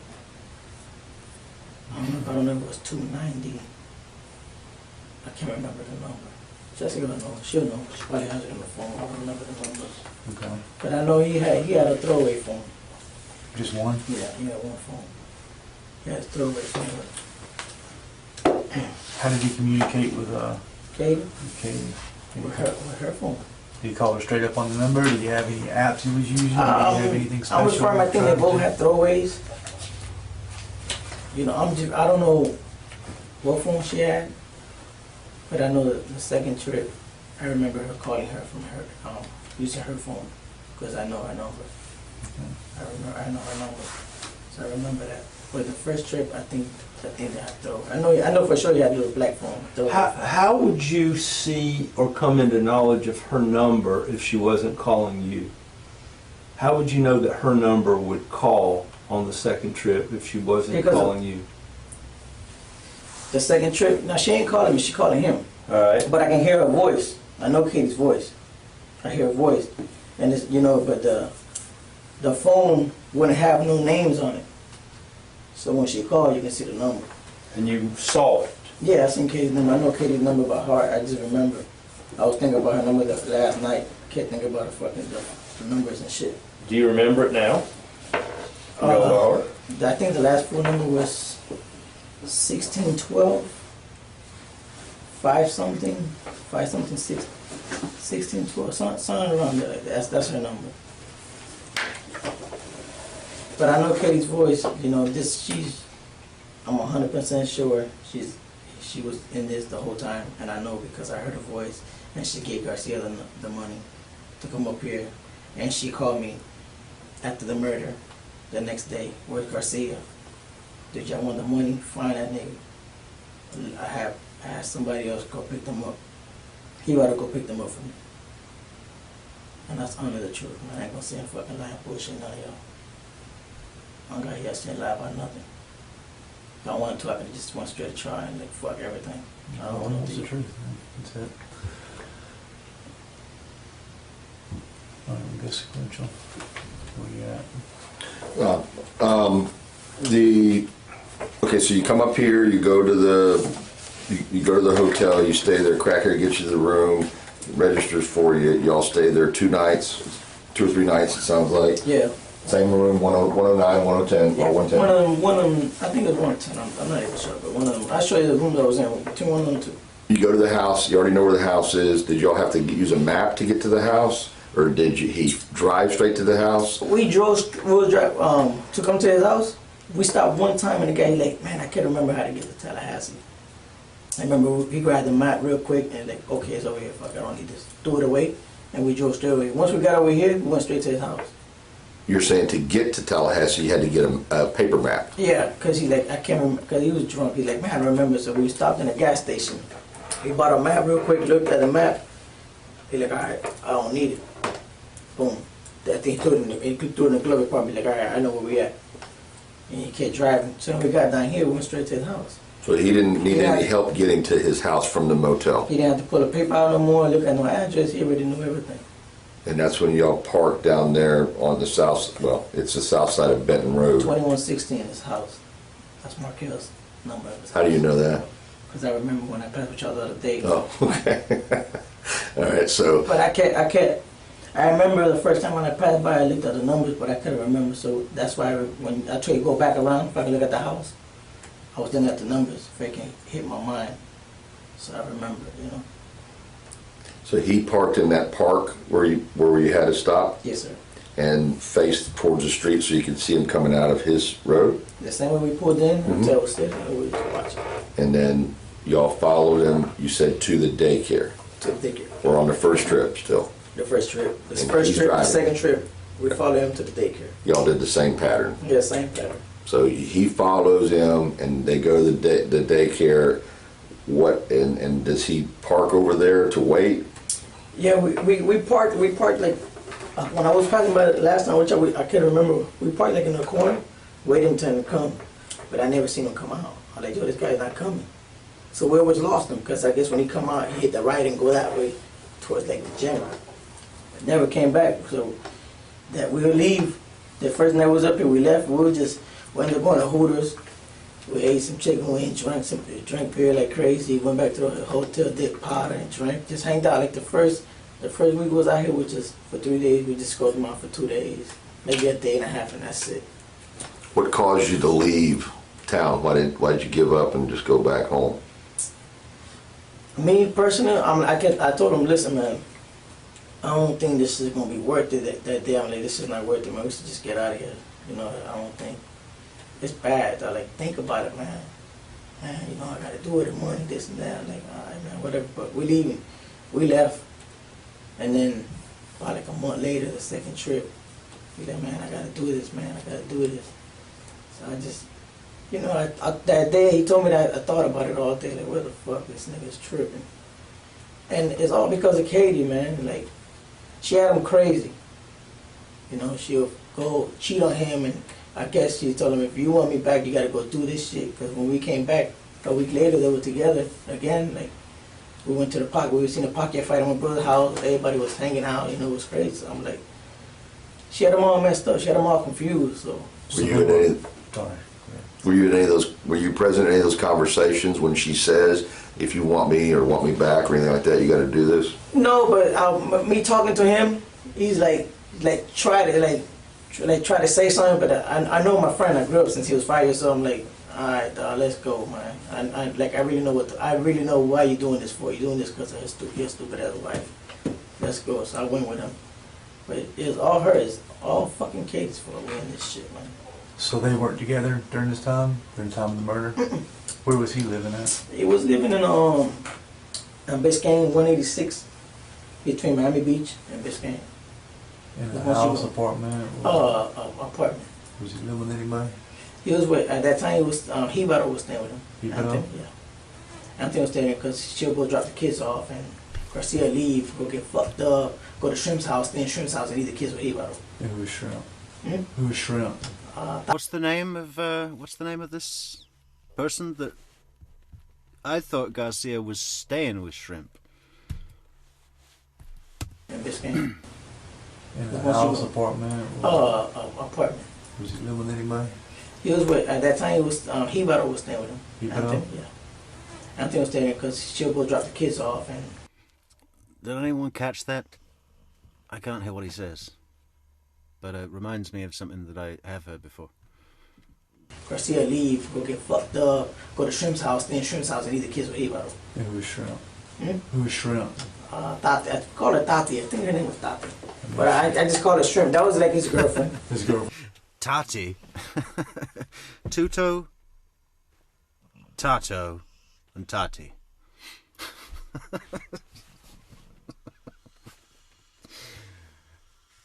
You know, can we change it up a bit? Can we use more than 2 letters? Yeah. And she'll go harass him every time he was over there. She'll go pass by, drive by. Oh, motherfucker, I see you. Throw pictures of the house, send it to his phone. Like, you fucking this guy, and then you over here harassing. Yeah. See, so she's over there harassing him. He's following her to Yardbird. These two are just, you know, this breakup is just part of their dance, right? My dog live his life, and do you? Because he'll show me the picture. Man, look what this girl does. She hurt. I'm like, man, you like it, and you love it. So what's the use? Because you'll be one day with Shrimp, and then you'll go one night, spend one night with Katie. Then she'll kick your ass out the house, and she'll go with this guy. Come on, man. Like, she had him real. Jibaro. She had him so messed up that he was drinking every day. Jibaro. Every day he would drink, every day he would do coke. It wasn't not one day. Thanks, Lady of the Sun. And looking good with that new member star. Where was she living at? That time, let's see. I think it was in Miami Beach. Was she still living in Miami Beach? I think she was still living in Miami Beach. I'll tell you the last time. I think she was still living in Miami Beach. I can't remember where she was staying at. It's all right. But I know after the money and all that shit, she moved where she's at now. Try to get a better place. Then he moved in with her for a little bit. Then I went over there and spoiled the party, tell her, man, fuck that, let's go. Look at her getting dressed. She leave you in the house and she's leaving. Let's leave. And we left and he never came back. But he'll come late night, sneak in, and be like, you either gonna leave her or you gonna be with her. Like, she got your head all messed up. She made you go do this shit. You know what I'm saying? That's like saying she really didn't give a fuck. But she made you do something that you weren't even supposed to do, man. That's your wife, and she's supposed to take care of you. You know, I used to tell him stuff like that. And I got into an argument. I argued with him a couple of times. Like the first night we came down, I argued with him back in my alley. I was like, man, fuck this. We argued, whatever. He left. Then he called me, and then we met up. We went to the bar. But I'm like, I was frustrated. I even woke up one day. I was in my house drinking. I ain't tell you this though. I was in my house drinking. By the way, did we ever get an answer from anybody who lives in Miami if there are trailer parks right in Miami? I was so mad. I was thinking about the murder, and it was just hitting me. Yeah, Hebrew. Something like that. And then he came to my house. Jessica called him, yo, come over here and calm this nigga down. I don't know what's wrong with him. He came and told me, chill out, man. Stop thinking about that shit. I said, man, it ain't even that, man. Like, I ain't do it. How the fuck can you walk around here like that? Something that you did and you got here, like everything is all right. I couldn't sleep. Kept thinking about that man and the kids. Like, it really hurted me, man. It really do. When you...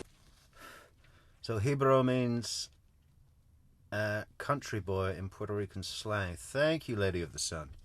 My knowledge, it went up. And I have you to thank. You all didn't do anything the first time.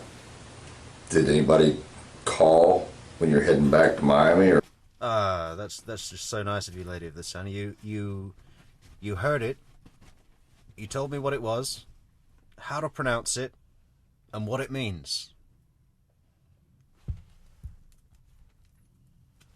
That's top shelf quality. Or what's the first indication is? He was talking to her. I know he kept talking to her on the phone. Like the first ride, he talked to her a lot. I know he did. He kept talking to her. I kept telling yo, get off the phone, bro. Like, keep talking to her. Nothing to talk about. When you get down there, you talk to her personal. No need to be on the phone. I told him that's how you're going to get caught. I told him just like that. I said, that's how we're going to get caught. You on this phone. You talk too much, especially when you're drunk. You speak too much. Yeah, Tiffany Nichols says, my father-in-law lives in North Miami Beach, and I have never seen a trailer park anywhere near there. I'm not saying they don't exist, but I'm saying I've never seen one. Yeah, I mean, I guess it would have to be on a big old flat concrete zone. It's not going to be like, you know, the kind of classic overgrown dirt road up to a big circle in the country sort of thing. A farmer rents a field out. That's what I imagine when I hear trailer park. But he always kept talking every time she would call me, and then she go again. Oh, God. But there's a place right next to me, just over there. It's like it's a campsite, I guess, for vehicles. That's on concrete. I'll take a picture tomorrow. I mean, there could be one like that, but I don't know. Did he call her? Because it's funny because I know that Shadrach Nobles talks about getting the coke for these guys from a trailer park, right? And in Tallahassee, or just outside Tallahassee, I could totally, obviously there's trailer parks there, but that's much more the environment than right down, you know, whoever owns the big concrete area where a trailer park would be in North Miami is not good at business, because that real estate would be worth a shitload more to a developer, right? When y'all were on the way back, you decided to abort the mission. You're not going to do it. You're not going to kill the guy this time. Yeah, the first night, he called. He's like, oh, nothing happened. We'll probably come back, but nothing happened today. Like, fuck it, this shit is sour. It's not, you know, we couldn't even find the guy. We followed him. Every time we go to his house, I couldn't tell if he was in his house or not, because his car going to the garage. So we could never know if he was there or not. Did you ever hear a conversation between him and her, or was his car was in the garage? Didn't know if he was there or not. there Was anybody questioning why y'all didn't do it? No. Ain't nobody questioning us. Ain't nobody gonna question me. Ain't nobody even. I think that they didn't even know I was going on the ride unless the only one that knew was Katie. She knew I was in that car. Jibs and Jab says the 2020 show, they have trailers. What are you saying? There's a footage of trailer park in North Miami, Jibs and Jabs? How did she know that? Because he told her. He told her, I'm going with Tato. They call me Tato. So I think I'm going with Tato. So I said, Okay. The police take a ride in Lewis's neighborhood, and there's trailers, apparently. Okay. Fair enough. Yeah, I thought it might be possible. I just wanted to I don't think I've seen the 2020 show. I might watch that after we're done with this live. Who knows? He was not just Katie. I said, that lady knows I'm in a car. He's like, nobody knows, just Katie. But in my instance, I didn't trust him that day. I'm like, somebody else got to know. Because if you told Katie, Katie had to tell that lady. Because, you know, that day that the murder, when I seen Wendy, that's when I asked him, who's that lady? And he said, that's Wendy. I remember I clear that day with them two boys. When y'all get back to you just go drive straight back to Miami? Yeah. I know, right, Scott? Like a bunch of kids up here BMX. Whenever I hear these,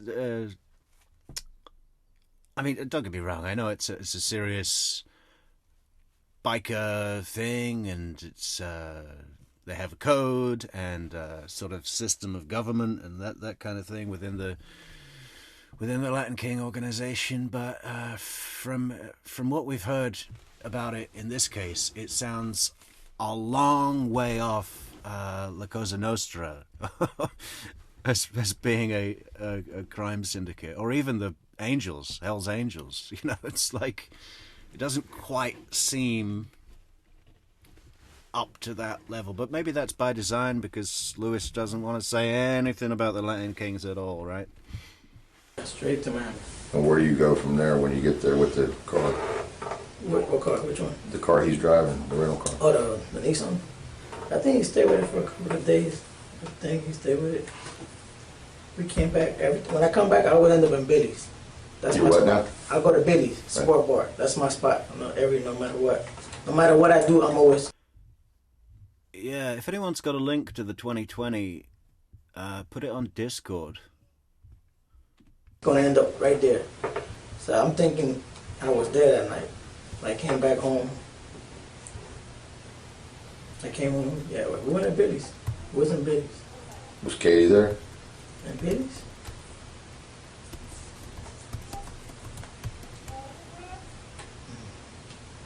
I don't think so. Did you all go straight to Billy's, or did you go to Jessica's first and then Billy's? No, I stopped at my house, take a shower, changed up, got dressed, and went to Billy's. By yourself? Oh, hey. In my house? Yeah, that was my house. I think I got it. I think it's called 2020 In-Laws and Outlaws. That's a good title. There's a link if anyone wants it. I think that's the, I haven't, well, is that it? Yeah, I think that's it.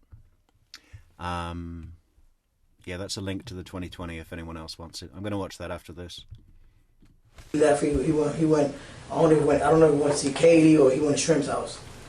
So I said, look, I'm finna take a shower and relax. I think I've got it, Jibs and Jabs. Maybe just click that link and tell me if I got the right one. I'm gonna get some coke and then we ride. He met me in Billy's because I went to Billy's in my car. By yourself? Yeah, I went to Billy's. It was me, my brother, and him. I don't know if Ricardo came with me. Don't know if I picked up Ricardo that day. Can't remember.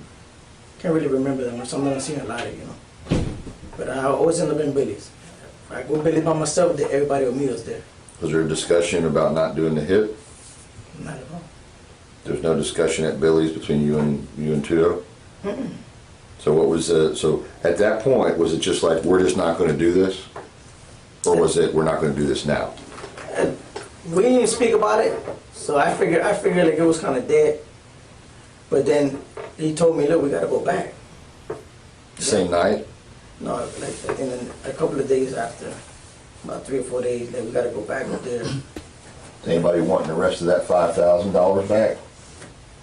He never told me about the money, if they wanted it back or not. But I know the money was paid, that he had to do it.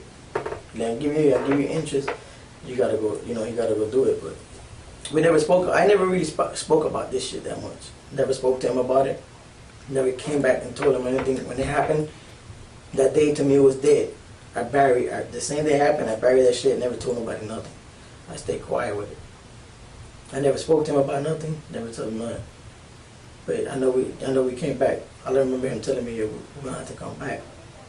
The day we left, we're gonna have to come back and see what's gonna say. If we got to, we'll come back. But I really wasn't up to it. But we came back and everything happened. Next trip, whatever. I just want to back up just to hear. You said a while ago when him and Katie always had him messed up and stuff. What was Katie doing? I mean, you said she was going to see somebody. Oh, she go see the dentist. Who's the dentist? Tell us about that. I don't know his name.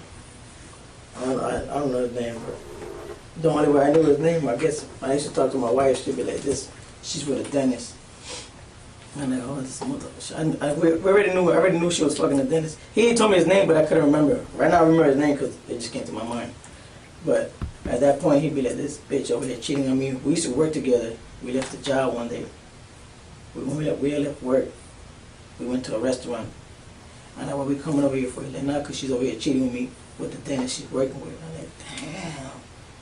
And that was like the first time that he told me, like, "That's fucked up. And you over here stalking this hoe. Like, come on, you're not an ugly guy, man. You go get whatever you want. Like, leave her." But I know he wanted to get the car and smash right through him. Like, "Yo, I'll get off the car if you're going to do all that stupid shit." I really do take this at face value, no? I think Sigfredo wanted to show Luis and blow off steam or come up with a revenge plan. That really does. The thing about confirming who the killers are, like Katie saying, "Look, there they are." Sorry, man, I don't go for that. If you want to run the car into that restaurant, I'll get off the car. He was that jealous of her? He was jealous, real jealous. He's real jealous about Katie. But he didn't do that though, did he? No, of course not. I think I wouldn't even be here. I think he would have been in jail. I mean, he never approached that dude or anything like that, right? No. He never did that to him? Never. I know he told me that the guy looks like him a little bit. How the fuck the guy look like you, man? I know that's what he told me one time. He was drunk. I looked at him and I laughed. I'm like, "You gotta be tripped for real." I remember him telling me that. But. Okay. All right. So we move up in time. You said he's talked about going back down. Tell us what's the next thing that happened to make all that happen. No, the next time we gotta come up here. So we came up. That's when I rented a Prius. We came up. We took the drive up here that night. How much warning did you have that you're going to take? What time is it, Scott? It's 7:45 a.m. This trip, or how much he starts telling you? He told me one time, and that's it. And then the time that he came, he told me that one time, "Yo, we gotta come up." And all right, whatever. I thought he was bullshitting, so yeah, all right, whatever. Because he was always drunk. So. Cause you're working. Yeah, you still have a job. He doesn't have his job anymore, right? Working. You helped him get a job way back when, right? I helped him get a job. I gave him a job. Is he still working there with you at this time? No. I had to fire him because he was drunk in the job. Okay. So he's not even working. I'm still working. I'm like, "Yeah, okay, whatever. I ain't really paid no mind." That Wednesday when I get off work, he comes, "Hey, man, we gotta go." Like, this nigga, in my mind, I ain't saying nothing. I'm like, he's serious about this shit. So, all right. I said, "What's up? What you want?" He's like, we need to rent a car. I'm like, "Man, you better find somebody to rent a car." I'm not renting I'm not renting no car in my name. But there was nobody to find. I don't have no license, nobody. So I'm like, "All right, let's go, man." I jumped in my car, in my Mercedes, went over there, parked by the side, like the next block over. I jumped off. I said, "Here, go my car." He's like, "Yeah, I'm gonna stay back here." He gave me the money. He gave me $350. $250? $350. $350. I went inside. I said, "Man, I need a car." I said, "I need a good car. It's gonna give me around to Orlando." I told the guy. "Yeah, man, only one I got there is that little green car right there." I'm like, "All right, that's fine." Boom. Gave him $350, took the car and left. Followed him to my house. I took a shower. We left early. I think we left. Louis, was there any discussions at that point, and you may have already said, about how much money you were going to get paid for taking this trip? I mean, are you just doing this out of friendship, or was there a certain amount of money that you expected to get? You already told us you didn't want to go. You didn't want to shoot anybody. What about the money? I was really doing it because it's my best friend, and I didn't want him to take nobody else and get them all fucked up. Well, okay. He told me I'll give you 35 grand. That was before you took the first trip. That's before I took it. Okay, I wasn't sure. I'm sorry for interrupting. I just like to. No, it's good for clarification. Yes. That he had already been. My understanding, please correct me if I'm wrong, is you'd already settled that he was going to give you 30 and then give you an extra 5. 30 and then he's going to give me an extra 5, but he gave me an extra 7. He gave me was 37. Okay. 37. But that's before even leaving the very first time. Yeah, before even the first time. And I believe it's your story, but I believe you said before something about you knew that the total amount equaled $100,000 or something. Yeah. Was that before you took the first trip? Yeah, before he took the first trip, because he told me I'm gonna give you 30, but then he gave me 30. He gave me 37. He gave me 35 first, and then he gave me extra some money on top of it. So it was 37 in total. Then I asked him, how much you getting? He got like 40 something. So I said, how much Katie is getting? Well, she getting the rest. I'm like, hold up. I might be illiterate, but motherfucker, I can count money. 37 and 40 something, and the rest. Nah, she getting more than 50. She getting more than 60 something grand in her pocket. So I mean, there was more money because, me being in prison in Coleman, I'm hearing about her. Oh, she getting a new car. This guy getting a new car. And I'm like, man, how they getting all this if this nigga ain't working and she ain't doing shit but fucking his dentist? So the dentist buying her car. She buying Garcia had already spent all his money. He don't have no money. He spent $5 grand on a Nissan Maxima. He spent $2,800 on a Monte Carlo. Bought the bike for, I think was $32 or $2,900. And the bike is we bought bikes, but ain't no 2016 bikes. These some old bikes. My bike was a 03, and his was, I think, was a 97, but it was souped up. Our bikes all over souped up, and I paid for my bike was $2,300. That's it. But all this money that he spent, if you come to add up, he ain't got much left. Then he rented the apartment, paid for the apartment for 6 months. That way he don't lose it because he don't have no job. Paid for 6 months outright? Yeah, he paid the rent for 6 months. You know what I'm saying? He told me I paid the rent. Then I come to the house, he got a big ass TV. I'm like, man, what are you doing big things? Where you getting this money from? Because I know you. I know you spend all your money. Like, I know you do though. I know you spend. He like, man, I'm down to like 3. I remember he asked me, yo, let me hold some money. And I told him, man, I ain't got no money. I did. So I ain't got no money. I already knew what he wanted for. I was like, what you want? They had me for $20. I said, well, you want $20? Now I'm finna get Coke. I said, why you gonna go buy Coke if I sell Coke? You know what I'm saying? So I'm like, you need Coke? I'll give it to you too, though. He said, nah, but I don't want to just be like a Hoover and trying to ask you all the time. I just want my own shit. I'm like, all right. I gave him Coke. I said, you do what you do, however you get your money. But I knew he could get him money. You saw the TV in the new apartment and everything. That's well after the murder. Yeah, right after the murder. I mean, time had gone by for a while. Yeah, time had gone by. Only been like about, say, like 6 months, 6, 7 months, 8 months. The money blew fast. But you're saying, what I'm hearing is, I know he already blew all his money, but somehow these things are still coming in. Yeah, it's still coming in, like where it's coming. And then I remember asking him one time, what you did with your money? Oh, I stashed some of my money in Katie's car. I said, you stashed some money in Katie's car? And you think that girl won't look and clean her car and look and find it? He's like, nah, I stashed it real good, but I never asked him where he stashed it at. He said he stashed it in the car.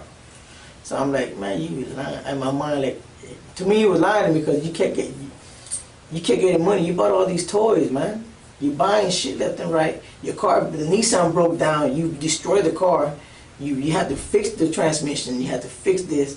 Like, fuck. The Monte Carlo you bought is an old school Monte Carlo. It needed work done to it. You know, you probably put $2 or $3 grand into it already. After he bought it for 27? After he bought it for 27. And the Nissan was 5? The Nissan was $5,000. And you said his bike was $3,200. Yeah, like $3,200. And you only spent $23 on yours? Yeah, I only bought me a bike. I didn't buy nothing else. I bought Jessica the little raggedy ass Toyota for like $200-$300 from her best friend. And that's it. You said that she had gotten a car. Tudor wasn't working at the time, right? You said something about somebody gave Katie a car? When I was in prison. Oh, okay, that was later on. That's later on. Okay, that's later on. Okay, so I don't got nothing to do with no. I'm just. Okay. I was just bringing like how y'all keep getting money, how y'all keep getting all this stuff. So going back to when you're talking about, he wasn't working. Was Katie working? Do you know? Yeah, she was working with the dentist, I believe. She was still working with him. She was still working with the dentist. Okay. So when he stashed his money in the car, what kind of car did she have at the time? That same car, she has a Mitsubishi, whatever you want to call it, SUV, the white one she has right now. White SUV. Mazda. All right, so he says, hey, we need to go back. We have to go back. I'm going back.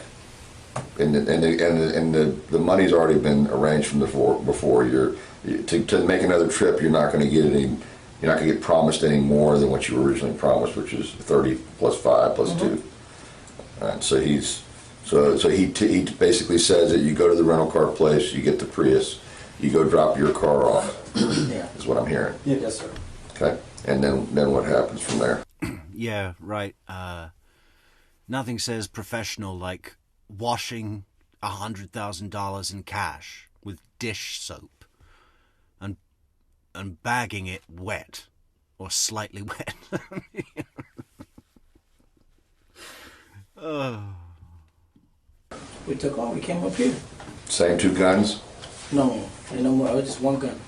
Okay, I thought both guns went both trips. No, sir. Just one? Just one trip. Short nose, long nose? Short nose.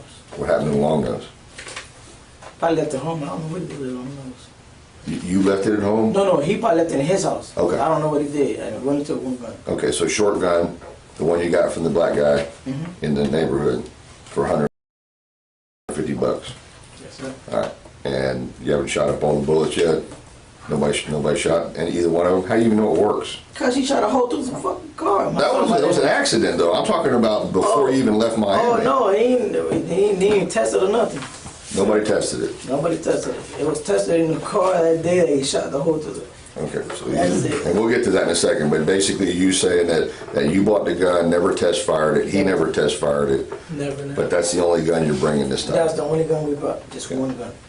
Okay. The first trip was 2 guns, the second trip was 1 gun. That's it. Okay, so you get in the Nissan, you're driving, I'm sorry. Not a Nissan. Prius. The Prius. You rented it.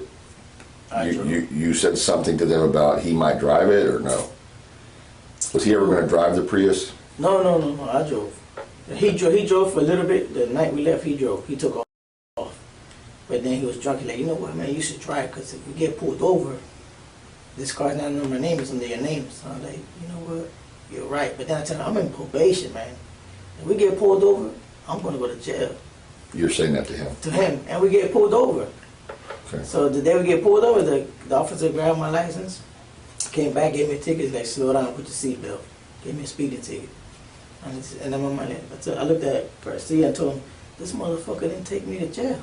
So you got a ticket in the Prius? In the Prius. On the second trip? On the second trip. On the way up here? On the way up here. You have any idea what town you were near or what road you were on? Or? Man, I know, keep going with these towns, you know, I don't know, I'm not good with these towns. I know, the only thing I can probably just say, I keep saying Gainesville, because that's like, every time I pack, I'm like, yo, are we close?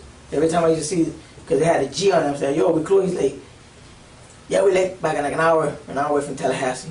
Something like that. I'm like, all right, but by that time, that's when I got pulled over. But you weren't in Miami. No. You weren't in Tallahassee.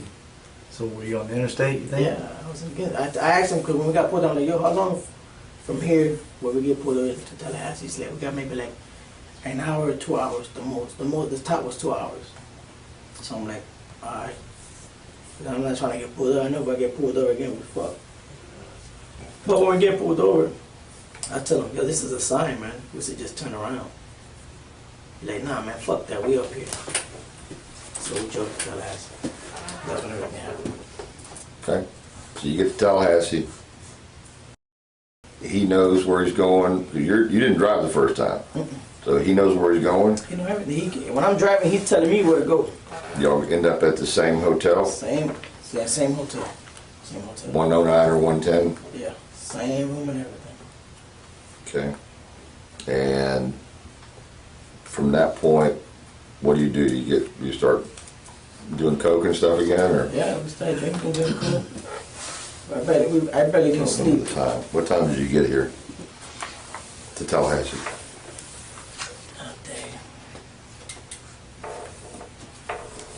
Had to be like, we left early that day, right? I think we left early that day. Then we got up here like around 11 o'clock at night. Let me see. Like 11. Okay. 11, 10 o'clock. Somewhere around there. I'm never gonna give you the time and then you might be all fucked up. Is he talking to anybody on the phone on the way up? No. No, he was doing coke. He didn't really talk to nobody on the way up. If he did, I can't remember right now if he did. But the only person he's going to talk to is going to be Katie. He won't call nobody else. Okay. He won't call. The only person he talked to is Katie. Okay. So you're at the hotel. You got the gun in the room? The gun was in the car. Okay. The gun was in the car the whole night. It stayed in the car. Okay. The only time the gun was in the hotel was the first trip. Okay. But the gun was in the car. Wake up. I want to sleep maybe like around 2:30. 2:30 around that night. In the afternoon? In the morning. Because we got there at 10 o'clock at night. 10 to 11 o'clock at night. Went to the hotel. We're hanging out. We're just chilling. I said, man, I'm going to go to sleep. I got to get rest. Because if you're going to have me watch this guy all day tomorrow, I got to get rest. So I tried to fall asleep. He was still awake doing coke. I went to sleep. The next day, it was Thursday. It was Thursday. The next day we drove around there. I ran around the block. I went around the block to the other park behind his house. He said, pull in here real quick. Let me go see if he's home. So we pulled in. He walked over there. He looked, came back. He like, go around the house. He said he seen something, but he wasn't too sure if it was somebody. So when I go around the front of the house, that I come back like this. So I'm driving this way. Wendy's walking this way with the two kids. So I'm driving. We might not get through the rest. I just noticed that this laptop is on 7% and my solar panel doesn't seem to be doing much right now. Where are we? Yeah, well, let's try and find a good stopping point. Before I get to the bump, I'm looking to my rearview mirror and I ask Garcia, man, what's up with this lady? Why is she looking so much? He's like, oh, that's that lady. That's Wendy. I'm like, oh, that's her name. I said, what? So they... And I think this was just confusion. That wasn't Wendy. Why the fuck would Wendy be on Trescott Drive? You know. It was... I can't believe that no one has ever asked Luis Rivera, because he says it was a woman with two kids. No one has ever asked him the simple question that would really help. Two simple questions. Was it two boys? How old were they? You know? Because, you know, it's 50-50 whether it's a boy and a girl or two girls. I mean, it's always just been two kids. No one's ever asked him that, even Georgia Kappelman. And the age, were they about 3 and 4, or what was it? 2 and 3, wasn't it? Well, you know, very young toddlers, or was it like an 8-year-old and a 10-year-old? But I think it was Riding Shotgun who told us that Dan, there was a friend that lived close by that had 2 kids. So perhaps that friend was coming round to Dan's house with the kids, and Dan wasn't in, and they walked away. And the reason that she looked over was because there's these 2 fucking sketchy guys sitting in a car on the side of the road in a residential neighborhood, Benton Hills, nice, well-to-do area. I think a lot of women, mothers, would check that out. Are these guys going to burgle our house? What are they doing? What are those guys doing in that car? Yeah, so I don't think it was Wendy at all. It was just, you know, I think it was Jibs and Jabs that said there's too many coincidences. Yeah, well, the thing is, when there's so many coincidences,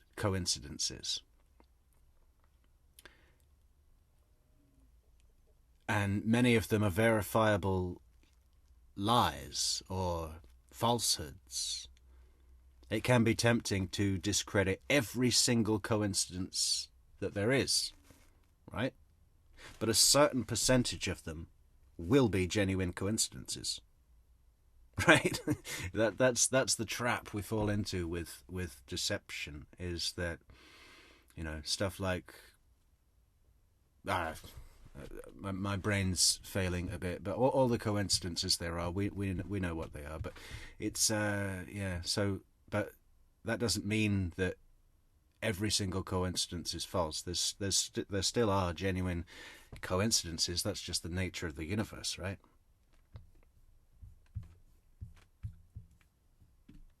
I'm like, okay, I seen the 2 kids. I said, what's she doing up here? What is she doing up here? Oh no, that she came to make sure that everything's all right, because he's leaving out of town tomorrow. So it's got to get done tomorrow morning before he leaves. Like, all right, we leave. We go back to the hotel. Lewis, let me interrupt you for a minute. Oh, riding shotgun says, oh, the kids of the friends are girls. Okay. Well, this is what I'm saying, is that I don't think Lewis, at the time, at least, would have any reason to know the gender of the children.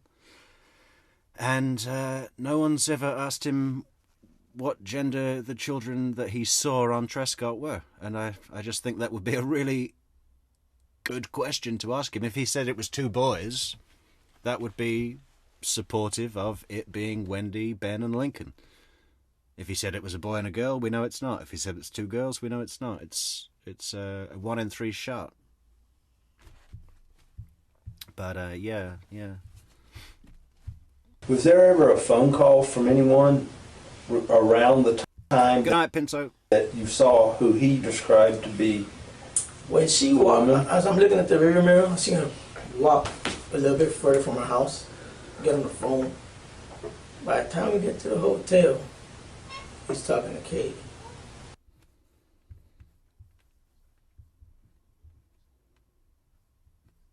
Doing up here, you know. But I asked him in the car before Katie called, what is she doing up here? She came up here to see if everything's all right with the kids. I said, man, you gotta know something besides that shit. What this lady's doing up here? And she knows that we're up here. She knows you're up here. So what's she doing up here? So when he calls Katie. Hey, what's going on? I seen this lady up here.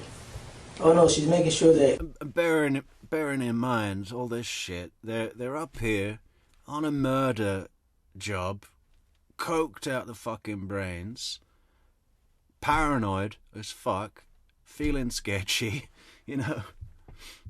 What's she doing here? What's that lady? That's such a fucking, you know, inebriated, you know. Everything's fine there. What time he's leaving tomorrow on the flight or where the fuck he was going? I said, so we gotta do this tomorrow, huh? He's like, yeah, cause he's leaving, and she came to see the kids. But I seen her face and everything. I'm like, all right. So I'm like, we're going back to the hotel. I'm sitting down. I'm sitting down on the chair in the hotel. And he's like, you all right? Like, nah, I'm just curious what the fuck this lady's doing up here. Yeah, don't worry about that shit. Everything good, man. She just made sure that everything was all right. I said, I don't really like the sound of this shit, but whatever. If you say everything's all right, I trust you because I just trust you. I trust you because you're my dog. You don't worry about it, man. Here, man, take a drink. Like, man, it was early in the morning. It was 12. Like, man, take a drink. So this all happened before 12 noon? Yeah, before 12. On Thursday? On Thursday. You drove by, you saw her walking the kids. You ask him, he says, that's Wendy. She's making sure that we're going to do this or whatever. That she wanted to make sure that we was up there. She thought that we were lying, that he was lying. Because she don't even know I'm in the car until she seen me that day. Yeah, but your car's got tinted windows. Does she even know what kind of car you guys are in? That car, it's not even tinted. Like, you can see through it. It's like, you can see real, you can see it. It's tinted, but not dark like people think. Right, but she wouldn't know you from Adam's house. She wouldn't know you from anybody. Yeah, she don't know me from anybody. But you can see. It's a hire car. He's not going to have a dark tint on a hire car. You got a little short guy in a car like this. I'm driving like this. And you see Garcia. Garcia's on the passenger side. You know, so she looked and then he looked. Like, you know, that's what caught my attention. Like, what's up with this lady looking at the car? She didn't know she wanted to make sure that we was up here. I guess Katie had told him everything. And then he called Katie. I remember leaving that day when we left. He called Katie. Okay, guys, we can't get through the stream, sorry. But we're just over 4 hours, which is a good place to leave it, I think. But I got to turn off this computer. Yeah, maybe we'll come back and have a little bit more of a look at Lewis later. But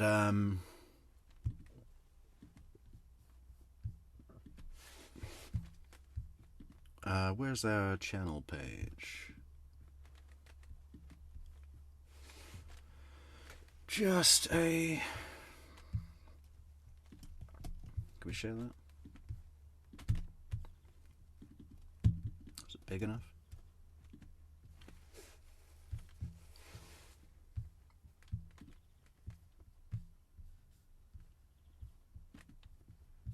No, I can't scroll.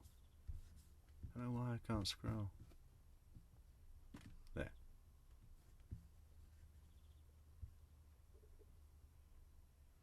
Yeah, this one. Anyone who hasn't seen the unredacted video of Jeff Lacasse interview, check it out. Hopefully I'll get the edit done today for going through all of the new portions individually and discussing them in detail, because when you see them isolated from the rest of the video that we've all seen before, it is very interesting, even more so, and it's just really in your face. And yeah, I think that's going to be our stream tomorrow evening, and then on the weekend we're doing a Wendy weekend watch. 2 streams a day to get through her police interrogation.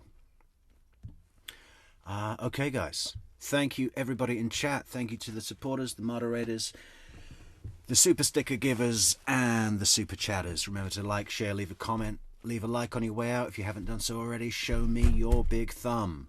Thank you so much, guys. We will see you later. And have a great day or a good sleep or whatever it is you're doing. All right? Take it easy. Bye.